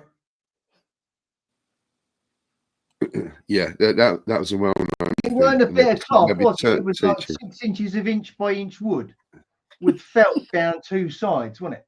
Yeah. It was a lump of wood. It wasn't It wasn't a duster. No, it definitely wasn't a duster. It was a bit of wood, and it could be hurled from 20 feet with some accuracy, with enough power to keep a straight trajectory to smack you right in the side of the head. And the thing was, you wouldn't have seen it coming because you weren't taking any notice. Yeah. Yeah, we had a physics teacher and a maths teacher that used to do that. But oh man, it was still blackboards when I left school, so I think I've just doxed my age there. But there you go. Yeah. Yeah, It, yeah, we the- had that as well. I got, because it was anything that was close to hand, and my maths teacher, because I was like having a bit of a chuckle with the lad next to me, and he launched this bit of chalk that he had in his hand, and I like caught it straight full on. And without even skipping a beat, he just goes, "Great catch." Anyway, this one, it just carried on. And it was one of those memorable moments where you lives with you forever. But yeah, we used to get the board rubbers hoid at us. I don't know, because I mean, they weren't very accurate teachers, which is just as well, because it's bloody lethal. But one of the things with those particular board rubbers, I mean, we didn't have a uniform, but we had like a dress code, like you had to wear like a blue jumper or a black jumper. And you could wear black trousers or grey trousers. You know, it wasn't a uniform. We had a school tie, but we didn't have a uniform as such. But it was basically the school colours were blue, black, and grey, and whatever combination of trousers, shirt, jumper, you could wear them as long as it was the school, basically representing the school colours. And if you rocked up in a black jumper, you know, you just knew somebody was picking the board rubber off the board and walking past you and slapping you on the back with the bugger. So you had a great big chalk patch on your back. You know what I mean? Oh, how we laughed, eh? And then we went and queued, and it was great. Yeah. Yeah, it didn't do us any harm. Oh. Did anybody else at school take them camping? Yes. I went camping on the North York Moors for a week. We went hiking. I had a marvellous time. Funnily enough, 42, you should mention this. I might have told this story somewhere before. But whilst out hiking across the North York Moors, we came across some huts that contained some guides from, would you believe it, Northern Ireland. Oh. Yeah, one of which I got on very well with once she beat up another girl that liked me. Sounds about right. Yeah, we were all sat round chatting, me and some mates and a load of them, and then two of them started fighting, and I said, "What the fuck is going on?" And they said, "Well, they both like you." Why not? Yeah. Pakka, they saw your grin. That's what it was. I don't know what it was. I didn't argue with the winner. That looked like it would be a foolish idea. Chad. Oh. Yes. The schoolgirls in our country. I am glad I went to an all boys school. I am so glad I went to an all boys school. And there was a all girls school that was connected, and very rarely somebody would be told that they had to go over to take a message over to the girls' school, and the stories they could. You had lads getting chased fucking out of school by the girls. It was mad. There was no discipline over there. They were just nuts. Yeah, I went to the hallowed halls of a secondary modern school, and that was basically a school that was purpose built in the 60s using Labour's most extreme brutalist architecture. I was at one of them. It was made of boxes, wasn't it? Yeah. Flat-roofed, leaky boxes. Yeah. So we had one of them, and the only good thing about it was that the heating was mint, even in summer. I mean, it was always on. It was like, and it was coal fired as well. And they had that thing running like Hades. It was out, you know. It was like, look at the state of this. It's like, so yeah. But I'll tell you something now, and I always say this: the God's honest truth. You know, it was just an ordinary state school. But I couldn't have wished for a better education from the teachers that I had. I can still remember every single one of them from infant school all the way through college. I know I can still remember every single one of them, the good and the bad. In fairness, there were no bad ones, but there were stricter ones more than than others. And but I still remember all of them, and they gave me an educational foundation that I couldn't fault, because my mum and dad were from the silent generation, so they were slightly older parents, which was strange back in them days because it was usually the boomer babies. So when I'm rocking up with books and that, which is in metric, and they're like, well, it's pounds, inches, and fucking miles, what? I don't know what this kilo bullshit is. They couldn't really help me, but I got a great education all the way through. I cannot fault any teachers I've had, even including my English teacher, who actually he sort of hated and loved me in equal measure, because I used to insist on acing the English language, but purposely failing the English literature. So he hated me for that. But yeah, even then, I can honestly say every single one of my teachers were great. And I wasn't like a suck up, bloody Mr. Limelight at the front of the school, at the front of the front row by the teacher's pet sort of shit. I was just keep your head down, get your stuff done, and then go and play. That was me. What about your primary school, Sensum? Do you remember your teachers from there? Yeah, I do. Yeah, my primary school. Yeah, I can tell you them now. It was Mrs. Darlington, Miss Ansell, and then it was Mrs. Weems, and then after that, the last year in the infant school was a woman called Mrs. Biddulph, and she was lovely. And then, because of the way that they readjusted how schools were going to work, we went over into the high school along with the year before us, because they were stopping that last year. So there was 2 years went over at the same time into the high school. And so we went straight into 2, which would have normally been 1, but we went straight into 2, and the people behind us were in 1. But yeah, I can remember every single one of them. They were all great. Yeah. Yeah, it's definitely the primary school that I remember. I think they just seemed more solid. They weren't drifting in and out of school. There wasn't such a big turnaround with the teachers there as there is now. Yeah, they just seem to be around forever. And the other thing is as well. Tell you what I do know. See if you graduate from Northern Ireland in Northern Ireland as a teacher and go through the teacher training process. It's really, really hard for teachers to get jobs here, but they can get a job in England like that. Yous are incredibly short of teachers, and the teachers from here will not go over because of the lack of discipline in the schools. Yeah, that's right. That's why the board rubbers come in handy. Because when I was there, we still had the cane.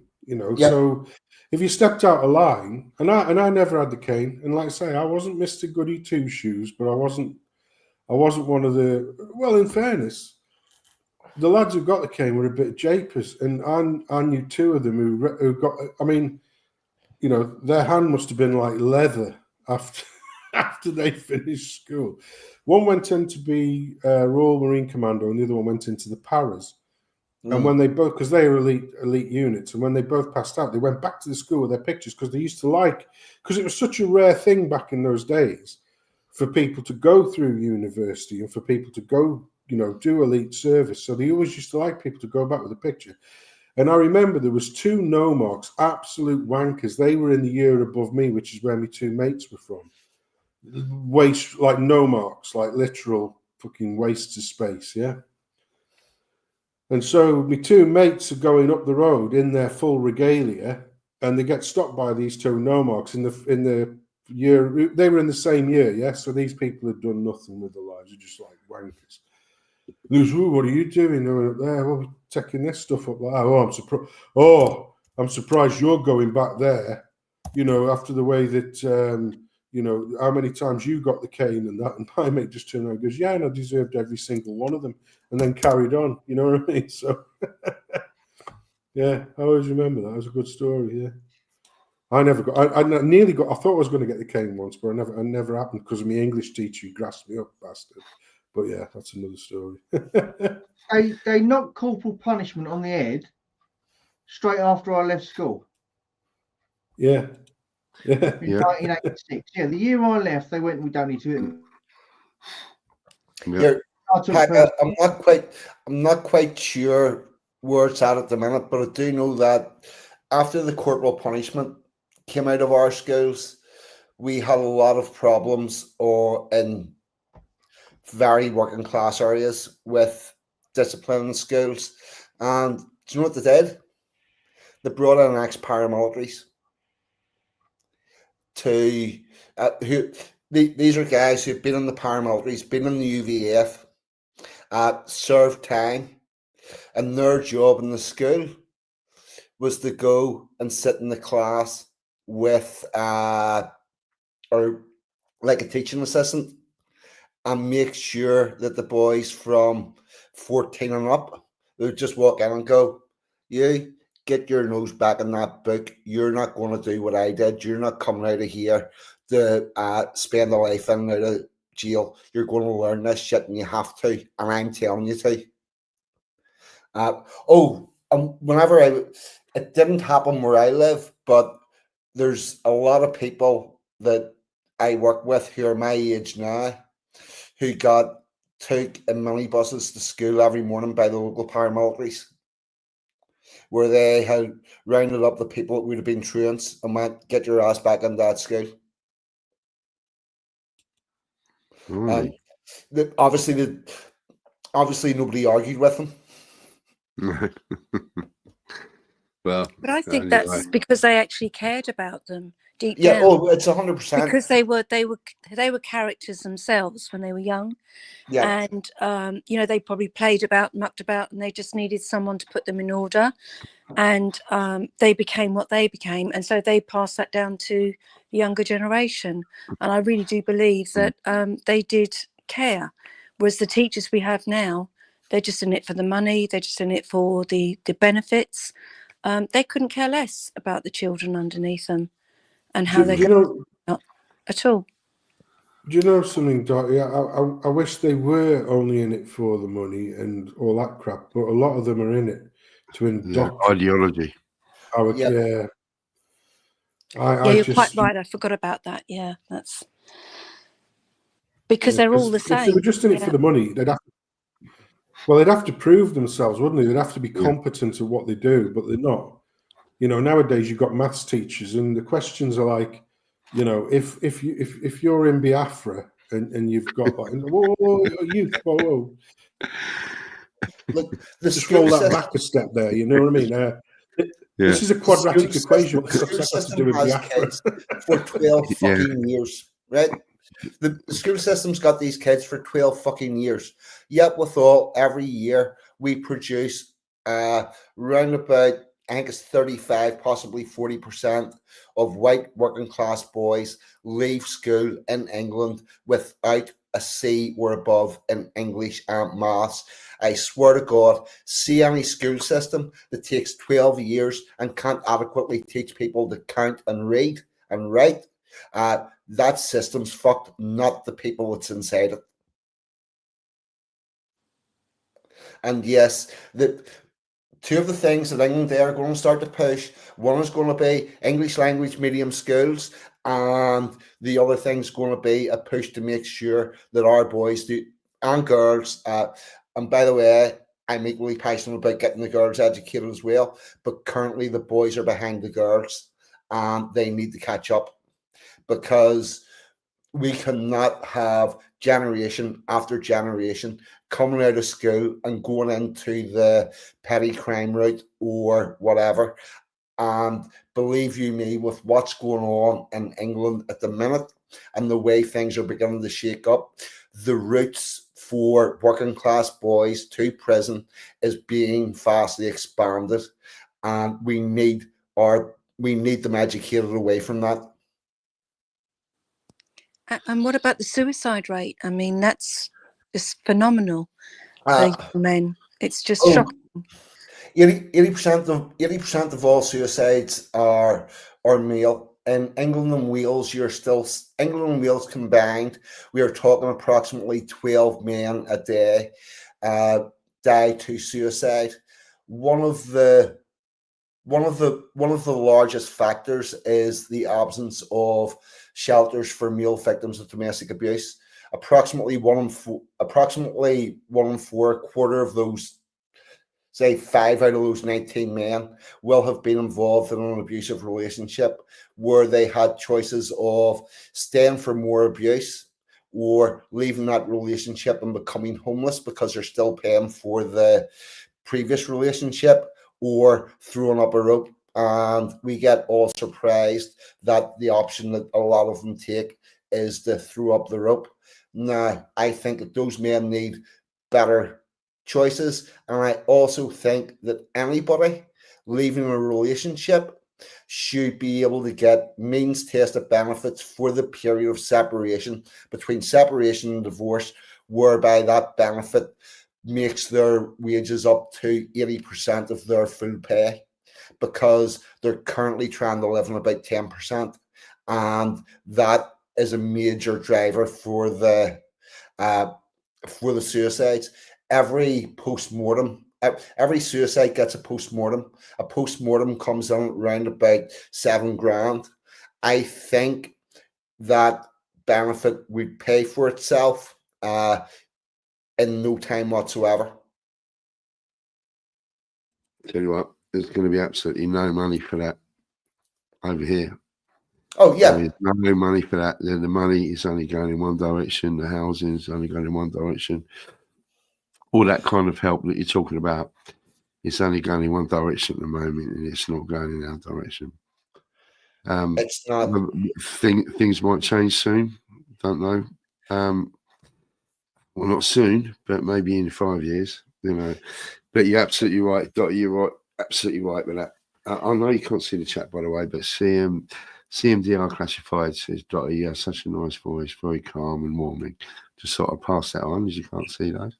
No, I Yeah. can't see. I can't see any of the comments, so thank you. Bedtime stories or something. 'Cause I would love to go to sleep listening to Dottie read me a story. That would be lovely.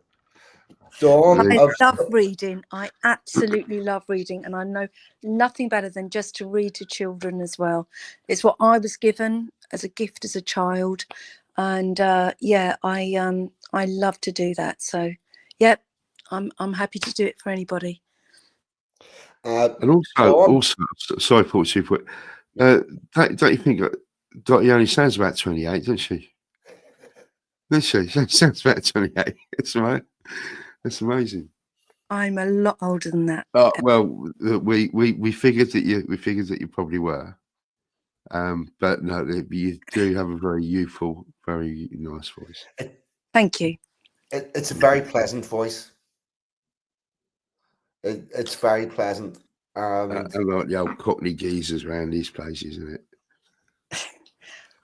Well, I hope it's a nice English voice. So there you go. It is. It fit for an English rose. She's a flower. She's a flower, Anglo-Saxon. And you see my tattoo there, Elmac. I mean, I've sent him a picture of everyone. It's not personal or anything like that. I've got it on my finger. Okay, I've got it on my little index finger, and yeah, I had it as a cover-up sort of thing for something else, and I sent it to him. She panicked there. She panicked there for a minute. It's going, Elmac sees my tattoo, but it's on my finger. That's what it sounded. It's not personal. Obviously, Elmac, you haven't seen all her tattoos, have you? No. Unlike Pakka, who's going to be paying 10 quid for a reading at night so he goes off to sleep. I'll get her to read me Danger's new book. That'd be good. Has he done it yet? Has he done it yet? He ain't done it yet. Talking nonsense. I'll tell you what, right? That book will get written the day after Petricelli's house gets built, won't it? You know what I mean? Absolute state. For those of you in the chat who are younger than 45, Petricelli was a detective in the 1970s. And the skit was that he was building his own house and he lived out of a trailer and he never got his house built. I'm kind of hoping it was a bungalow because it was never going to get more than one story, was it? Just 2 seasons. Do you remember the Rockford Files? It's a similar thing, wasn't it? And Yeah. he was living It's a bit like the in a third trailer, series of- and it was just like this trailer sitting on the edge of a bit of land. And the only thing I can remember about the Rockford Files is that those opening credits. Yeah. If I lived on my own and had no responsibilities, a trailer and a Pontiac Firebird would do me nicely. That would do me. Yeah, that would do me. Living the dream, as I call it. Picture Cherry. I've not heard that name mentioned for a long, long time. Yeah, it was always. It's like when it's a bit like when people say the Scarborough Warning. Have you heard of that one? When said, "Oh, he sent him this." Have you ever heard of that one? Don't think so. No. Right. Well, the Scarborough Warning is basically always sent him the Scarborough Warning. It was basically like something that would never ever happen, but it was premised that it would happen, and it was done in the vein of next time I see him, there's going to be hell on, knowing full well he would never see him. Do you know what I mean? So it was like that's the Scarborough Warning. It's like the empty threat, the Scarborough Warning. Right. God, I've never heard that.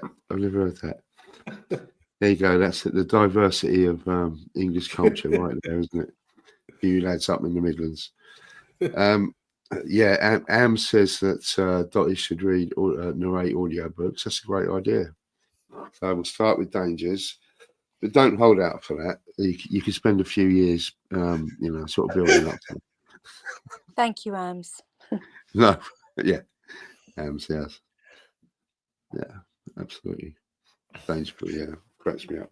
Yeah, shame he couldn't make it. I didn't think he was. A bit late for Danger, but he did get a few lines in on the track. So he's a good type. He's a good type. But Brad James was on there somewhere, wasn't he? Was in by the Stonehenge. Oh no, you've doxed it now. Where's Brad? Brad was here earlier, wasn't he? He was. He's been on the chat all night. I think he's got something going on. Right. But yes, it's Brad at the Stonehenge bit.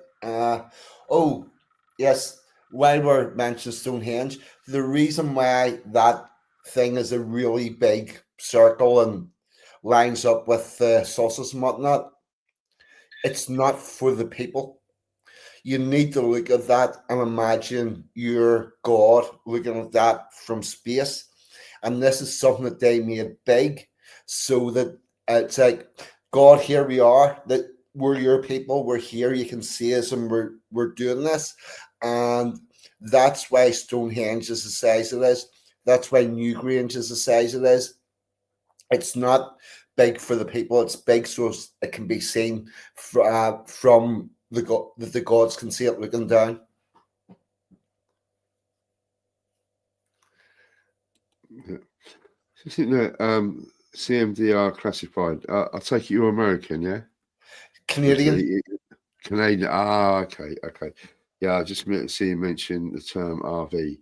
It's a new sort of American recreational vehicle. Yeah. Name, yeah. Okay. Yeah, no worries. Love the Canadians. Love them. I always think an RV is a reconnaissance vehicle. Yeah, it probably would have been. You're brought up in Northern Ireland without saying. Yes. without any RVs around. Yeah, it's a fucking. The RV was the light skinned Land Rover that flew about, breaking speed limits here, there, and everywhere. I was going to say recreational vehicle over in Belfast would have been the old police Land Rover, wouldn't it? When you get your hands on one, when you find some keys off a copper that's been beat up. No, the recreational vehicle was the Army Land Rover. When they would have come into the street, and somebody would have went and made them tea, and the soldiers would have been in there drinking tea, and we would be playing in the back of the Land Rover. And in the early 70s, they had them with an open back. The back doors were off, and there was like a little stand and it came out and there was a bar that the soldier could lean against so that he could watch what was coming behind the vehicle. And we used to use that as a swing. Yeah, that was the recreational vehicle.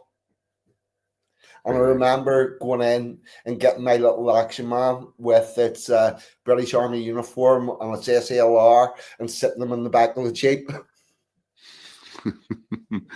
That's a wholesome childhood right there. Oh, it was fucking brilliant. It was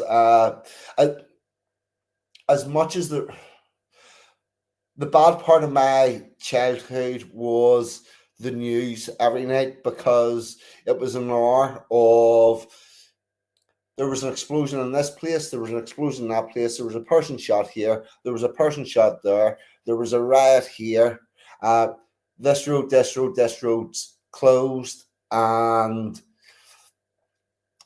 then you had little Timmy, the dog that had been lost all day, got found, and good night, because they had to leave you on a good news story. And they would literally hunt the earth to find a good news story. It got to the stage where you could have nearly got a large birthday party on the news just to have something. Fuck. Hold that thought. I'm going to see if I can find it. Oh.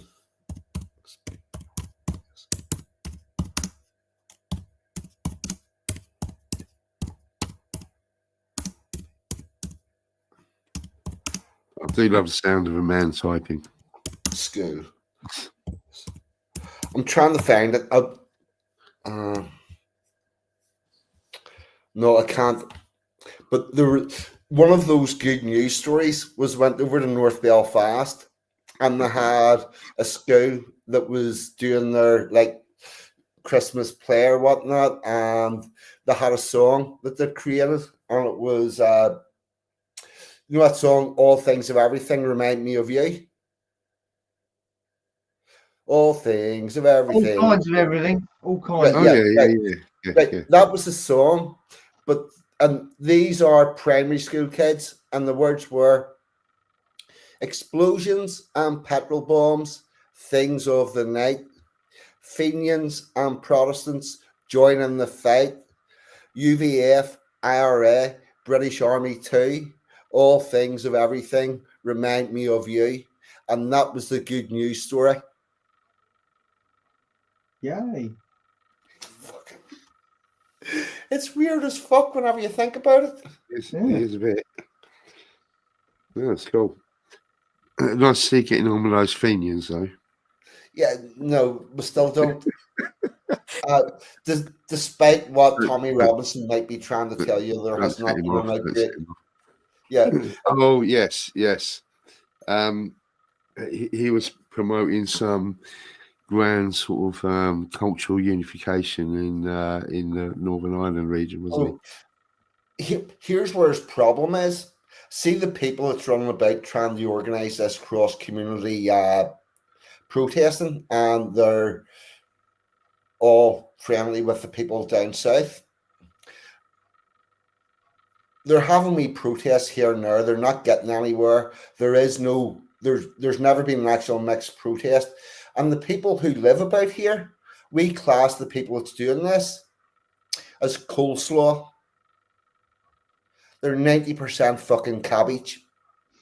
And they're the people who never had any credibility in our community whatsoever until we got it from fucking Tommy Robinson and whoever else it is that's involved with all of that. No, the outbreak of peace and love has not happened. And I would like to know why Tommy Robinson wants to go. We've got both sides here, and didn't mention the fact that about 3 months ago, 4 people were shot in Scotland for being in a loyalist parade by Irish people. And here's one for you. See on Monday morning there, a couple of days after that rally, the trial of Soldier F for non-crimes, because he didn't commit any crimes, on Bloody Sunday began in Belfast. And if Tommy Robinson had have told all of the fucking million people that was there and everybody else watching worldwide that trial starting, please go home and email your member of parliament and say that this is wrong and it needs stopped, it probably wouldn't have stopped that trial.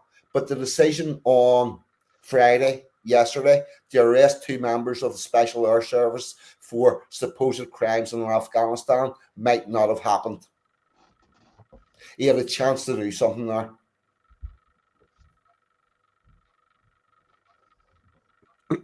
Right. But, like, So you think he really could have done? I mean, I still think we're about 100 years away from getting anything like that sorted out down there. yeah, but no, mate, all he had to do was say, this is really easy. You take this amount of time out of it. Here, everybody listening, there's a trial of Soldier F starting in Belfast on Monday morning. Whenever you go home, look up your member of parliament, send them an email, and tell them that you do not think that this trial should continue. And that's it. That's all they had to do. And then every member of parliament in Britain would have had multiple letters on the same issue, and they might have looked at charging any former soldiers, because fuck me, this has just become a hot button issue. He had all of the eyes in the world on it. He had a event that was happening right there, but and Elon Musk as well, you know, Yeah. that kind of influence. I mean, yeah. I'll tell you what, He's got his spite. I would guess that Elon Musk watched that whole thing, and if Tommy Robinson had talked about that at a different time, Elon Musk would know about it, Donald Trump would know about it, and we might get some fucking pressure. Because I don't know why the fuck British soldiers are standing on trial, and the evidence all comes from the bloody Sunday inquiry.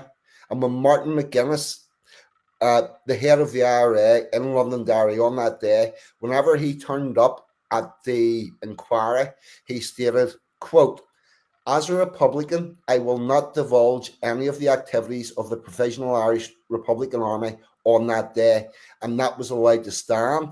So we had only information about what the British Army did. We have no information whatsoever about what the Provisional Irish Republican Army did, apart from we do know that Martin McGuinness fired the first shots that started the whole thing, but that's been brushed onto the carpet. And it's not in the official document because it's not in the records of the inquiry, because Martin McGuinness just says, "I'm not talking about that," and we couldn't get it verified. Mm-hmm. Well, you know, Tommy Robinson's half Irish, didn't you? Which I'm sure he knew anyway. So yeah, I don't know whether that's going to be, you know, on his agenda that day. He has his own agenda. Yeah, it's not surprising. He has his own agenda. Oh, hang on. CMD, CMDR classified. And yes, I know you're Irish. Hang on, who is? Oh, no, mate. Dude, please. Do not confuse me with an Irish person. The Irish people are the Irish Republican Army that have been fucking murdering British people for a very long time, and before that, as under other names, under other guises. I am British. I would class myself as Ulish, which is also British, or the passport version is British Northern Ireland, or an Ulsterman, but I do not like being called Irish at all. Yeah, I don't really like those people. Round about 300 yards from my house, there's a wall, and on top of that wall, there's another fence which separates us from the Irish people, because we don't get on. So you had to set him off, didn't you, Mr. Classified? Yeah, Stephen actually done. You're right, Linda Hunt. We don't quite hear that so much Oh, anymore fuck. now. It was like it was every time a mainstream media journalist qualified Tommy Robinson, real name Stephen Yaxley Lennon. It was like, I've just doxed him. I'm just doxed him. It's like X and Twitter, isn't it? Yeah, exactly. It's just like everybody knows. But just to lighten things up on Sunday, Oh, Bloody here. Sunday. But before we finish that, check this out. Where'd it go? Yeah. Check this out. What is Prophet Hubert Angel's connection to world leaders? Prophet Hubert Angel has established connections with various world leaders, largely due to his role as a preacher, businessman, and diplomat. As a prominent figure in both religious and diplomatic circles, he has developed relationships with influential figures across different sectors. Some key aspects of his connection to world leaderships include diplomatic roles, his prophet influence, philanthropy in Britain, political engagement.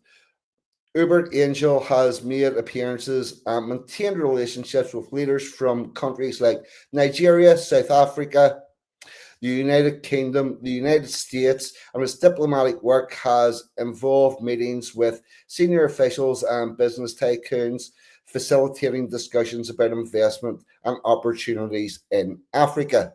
Now, anybody have any idea why I just read that? Do you know the Christian bit that Tommy was on about? This is a Christian country. Yeah. These are the Christians that he had. This is the leader of that church. See the people that did the singing? That's where they come from. And it doesn't sound like any fucking form of Christianity that the English people need. Yeah, I know. You know that he has to sort of go over the top with the virtue signaling, doesn't he? Just so you don't get called racist by most media. Honestly, that's why he does it. It's over the top. No, I think what happened was he was desperate to have Christians, and they were the only Christians he could get a hold of. So he pulled them onto the stage without giving a flam fuck what type of Christians they are. No. He knew exactly what he was doing. And that's why they were there. If you know anything about Tommy Robinson, that's exactly what you'd expect. But just to finish up with a couple of funny things about Bloody Sunday that are going to link together, actually, especially with sort of being called Irish. When we were in Israel, we had two guys in the band that were from Belfast, and it's not the same as Clancy Celts.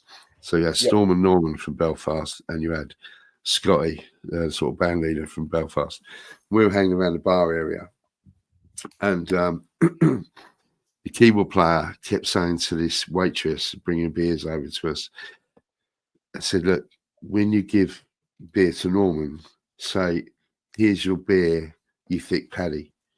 She's come, what? It's okay, he'll be cool with it. He'll be cool with it. Of course, he's neither of those. But here's your beer, thick paddy. And she had no idea what she was saying. So then she come over, go, here's your beer, thick paddy. And then we were just fucking on the floor. But later on, just to join this up, me and Stormy Norman were in a band called the Emerald Dogs. And we left at the same time because we were getting a bit sick of it. We started up the puppies after that. We were sick of we're basically sort of flogging all the Irish bars around London. We were just, I spoke to you about this before when I thought you. We were just sort of excellent job, by the way. That's it. I've shown you what he bought me, haven't I? What he paid for. Yeah, I love that. And so me and Stormy Norman eventually got sick of that band, and because Scotty, he wouldn't learn any new songs. He just couldn't learn any new songs. And this is a true story. If anyone remembers a TV series called William and Mary, the Emerald Dogs were the band that were in it, and Martin Clunes was the bass player who replaced me, who sort of played me after I left the band, and they were in it. And so, He it was can all, play though, can't he, Clunesy? Because I've seen him play for real. yeah, he's a bass player. Yeah, he's genuinely a bass player. Yeah. But he sort of, he sort of played me in that band on the TV, in the TV show, which is weird. No, cheers, yeah, no, it was. But the funny thing was, one of the things we were complaining about was the lack of the new songs. And so after me and Norm left the band, they included Sunday Bloody Sunday by U2. And you know that iconic guitar intro on the track Sunday Bloody Sunday. Now it is a good tune, whatever you might think about it. It is a great tune. It is an iconic guitar intro. It's fantastic. But Scotty, being Scotty, he just couldn't learn the words from it. And the first time that they did it live, and he's just got that guitar parts going, and he's singing, "I can't believe the news today," and "I can't believe the news today." There only is about 30 words in the whole fucking song. Yeah. Then he picks up his folder, and he's fucking on stage, right? And he's flicking up his folder, and he's looking for it. Can't believe the news today. Then he finally finds the next line. Was it? I can't close my eyes and make it go away. Yeah. But he had done it. It just fucked up the intro of it for about 15 minutes. I was probably exaggerating there, but yeah, it by all accounts, everyone was there. I wasn't. The keyboard player told me this, and by all accounts, it was hilarious and embarrassing in equal measures. So yeah, that's enough of my Sunday Bloody Sunday stories. Well, we have done slightly over 2 hours. Has anybody anything else that they wanted to say about this that we haven't got to? I would like to say, for my part in the whole thing, you sent me the words and then sent me them, you reading them, and I kind of copied it and did a bit of reading out loud and sent it off, and that was the sum total of my effort, and I'm very proud. Spot on, mate. You were spot on. Top job. Literally, like, I think 20 minutes or something, and then I wasn't trying. I'll try harder next time because I'm a bit embarrassed now. But no, you're not. No, Pakka, you just sounded like yourself. You don't want to say that. I've got a terrible habit of doing that. Yeah. Seriously, you're just yourself, and that's all we want to hear. So there you go. You did really well. But you noticed how well some bits of it went along with Sensums. All I did was put a little bit of compression on your voice, a little bit of EQ, and a little bit of reverb, just to make everyone sound a little bit bigger, create a little bit of space for their voice. Yeah, I'm already the size of a minor planet. Don't make me any more big. Oh, I've just remembered, Al. Me and you have collaborated before, just never known it was each of us, because I did the music for Rags' intro and you put it all together. That's right. That's right. So we did do a distance collab. We did, yeah. We're going to be like Stock Aitken and Walkman soon, aren't we? Call ourselves a shit factory. It's just going to be prolific. We'll be. Was it stock heartburn and water infection? Absolutely perfect. Let's go with that. Yeah, no, that was. I only did. I think I did the video for that. I can't remember now, but yeah, that was great music. Absolutely great intro music you did for Rags. Top stuff. No, I think. Yeah, it's good. Isn't it? 42. Yeah, I think I'm done, mate, and also, I've got stuff planned for tomorrow. Yeah. So I've got to go to bed soon. I don't even think I'm going to finish this bottle of wine, which makes a change. Yay. Yep. Dottie? Yep. Have you anything you want to add? I just want to see this getting bigger and bigger. It's just been a magnificent piece of work, and again, I am just so pleased that I was just a small part of it, and I just want to see this grow. We deserve it. We do. We're under total attack the whole time, and yeah, we need to breathe and grow. Yeah, this has just been marvelous. So, thank you all. Thank you all so much. No, Thank thank you. you I think too. we need to have Spotty as our Spotty. Sorry, Dot. sorry, Dotty. I think we need to have Dotty as our spokeswoman. I don't know where Spotty come from. I think they come from the rest of the Merlot. bottle that I have drunk. Exactly. Yeah, brilliant. No, you're brilliant, Dotty. You're fantastic. Thank you, As Elmac. was everyone. All right. Cheers, 42. Yep. Mr. Sanson. It's Any been a last great one. Thanks for. I mean, it was just by fluke because I was on Bonnie Lads tonight that I was able to do it because I was expecting this to be next week, and you just said no, we're doing it tonight, and it was fluke a chance that I was around. But thank you for the invite. It's been great speaking to Al and Pakka again, and obviously yourself. But it's been absolutely brilliant being introduced to Dotty. Thank you very much. You absolute card. Really good. Thank you. Thank you, Sansom. And please keep calling me Flower. Okay, in the Flower, chat. yeah. I Me duck love some that. flowers. Me I duck some know, I love flowers. it. I get a little petal and I get hello, hiya, Flower, and it's lovely. So thank you. You're welcome. I just want to say to all of you, everyone, I think it's a really good project. Thank you all so much for being part of it. Also need to mention Christy Ingerfield, Brad James, and the wonderful, delightful, super sexy Emma G for also being part of it. With that, I'm going to put this up again for the last time this evening, and I'll put I'll put the comments up on the screen. Here we go.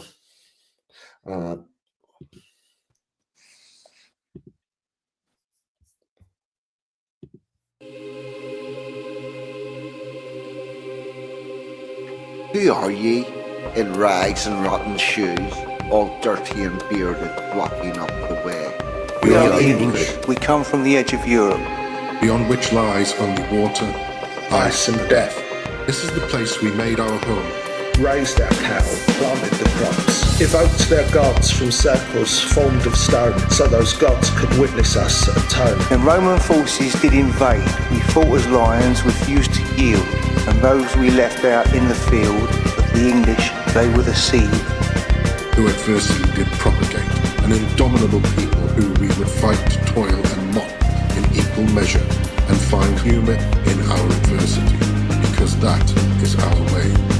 The Battle-weary tribes besieged by Vikings, banded as brothers with Angles, Jutes and Saxons, took some years of consideration to produce our culture of toleration. The creation of the English nation at Stamford Bridge we won the day, but William was quickly on his way. 1066, the commutation brought the cursed Norman invasion. A ruling class they would impose until calls for Magna Carta arose. And to all the kings the message was sent: you only rule us by consent. So what of the English, I hear you ask? You know us as the working class, the ones whose toil, blood and sweat brought you the greatest empire yet. So you should learn at your mother's knee of revolutions that number 3. That number 3. 1, 2, 3. Agricultural, where mechanised planting and harvesting was married to selective breeding, we created a food surplus, the envy of the world. Industrial, where we conjured cities to house factories inhabited by a well-earned workforce to man the machines.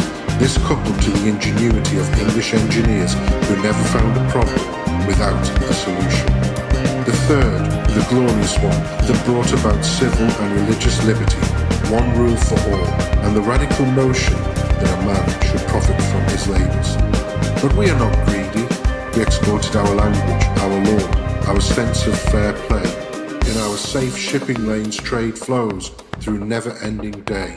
And when Britannia ruled the waves, we used our power to free all slaves. we managed the world and allowed all others to travel in the social order we created with humour in adversity, because that is our way. Achievements we have too many to list. From this small kingdom God has kissed, we travelled the world from the highest mountain to Arctic's Kabatic, tundra and back again. The traces of our canvas are in our railway lines that transport the world to work, our compassion in the water systems that hydrates foreign soil. We left everywhere better than we found it, because that is our way. I could list another thing or two, like how we taught the world to queue, but I'll leave that for another occasion. It's time to have a celebration, admire the wonders of our creation. To our ancestors, homage we must pay for doing things the English way. For we are the English, and this is our day.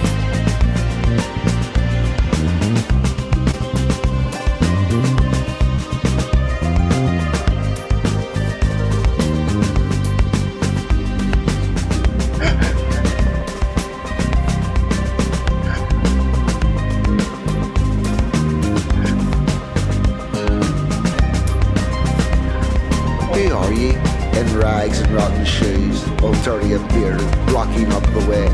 We are the pilgrims, master. We shall go always that little bit further. It may be beyond that last blue mountain barred with snow, across that angry or glimmering sea. We are the English. Every Englishman's house is his castle. So hoist your colours and ramparts for England Day. Then down after St George's Day.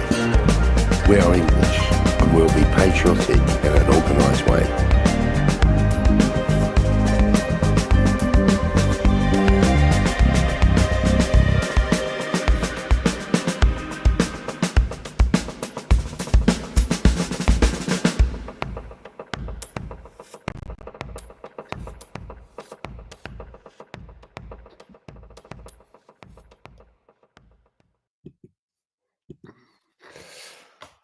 All right, everyone. I've been 42. Samson's been Samson. Al's been Al Mac. Pakka's been Pakka. Dottie's been Dottie. You lot on the chat have been, as usual, fucking amazing. Thank you. Good night. God bless. And don't forget to show this out. I'm out of here. Good night.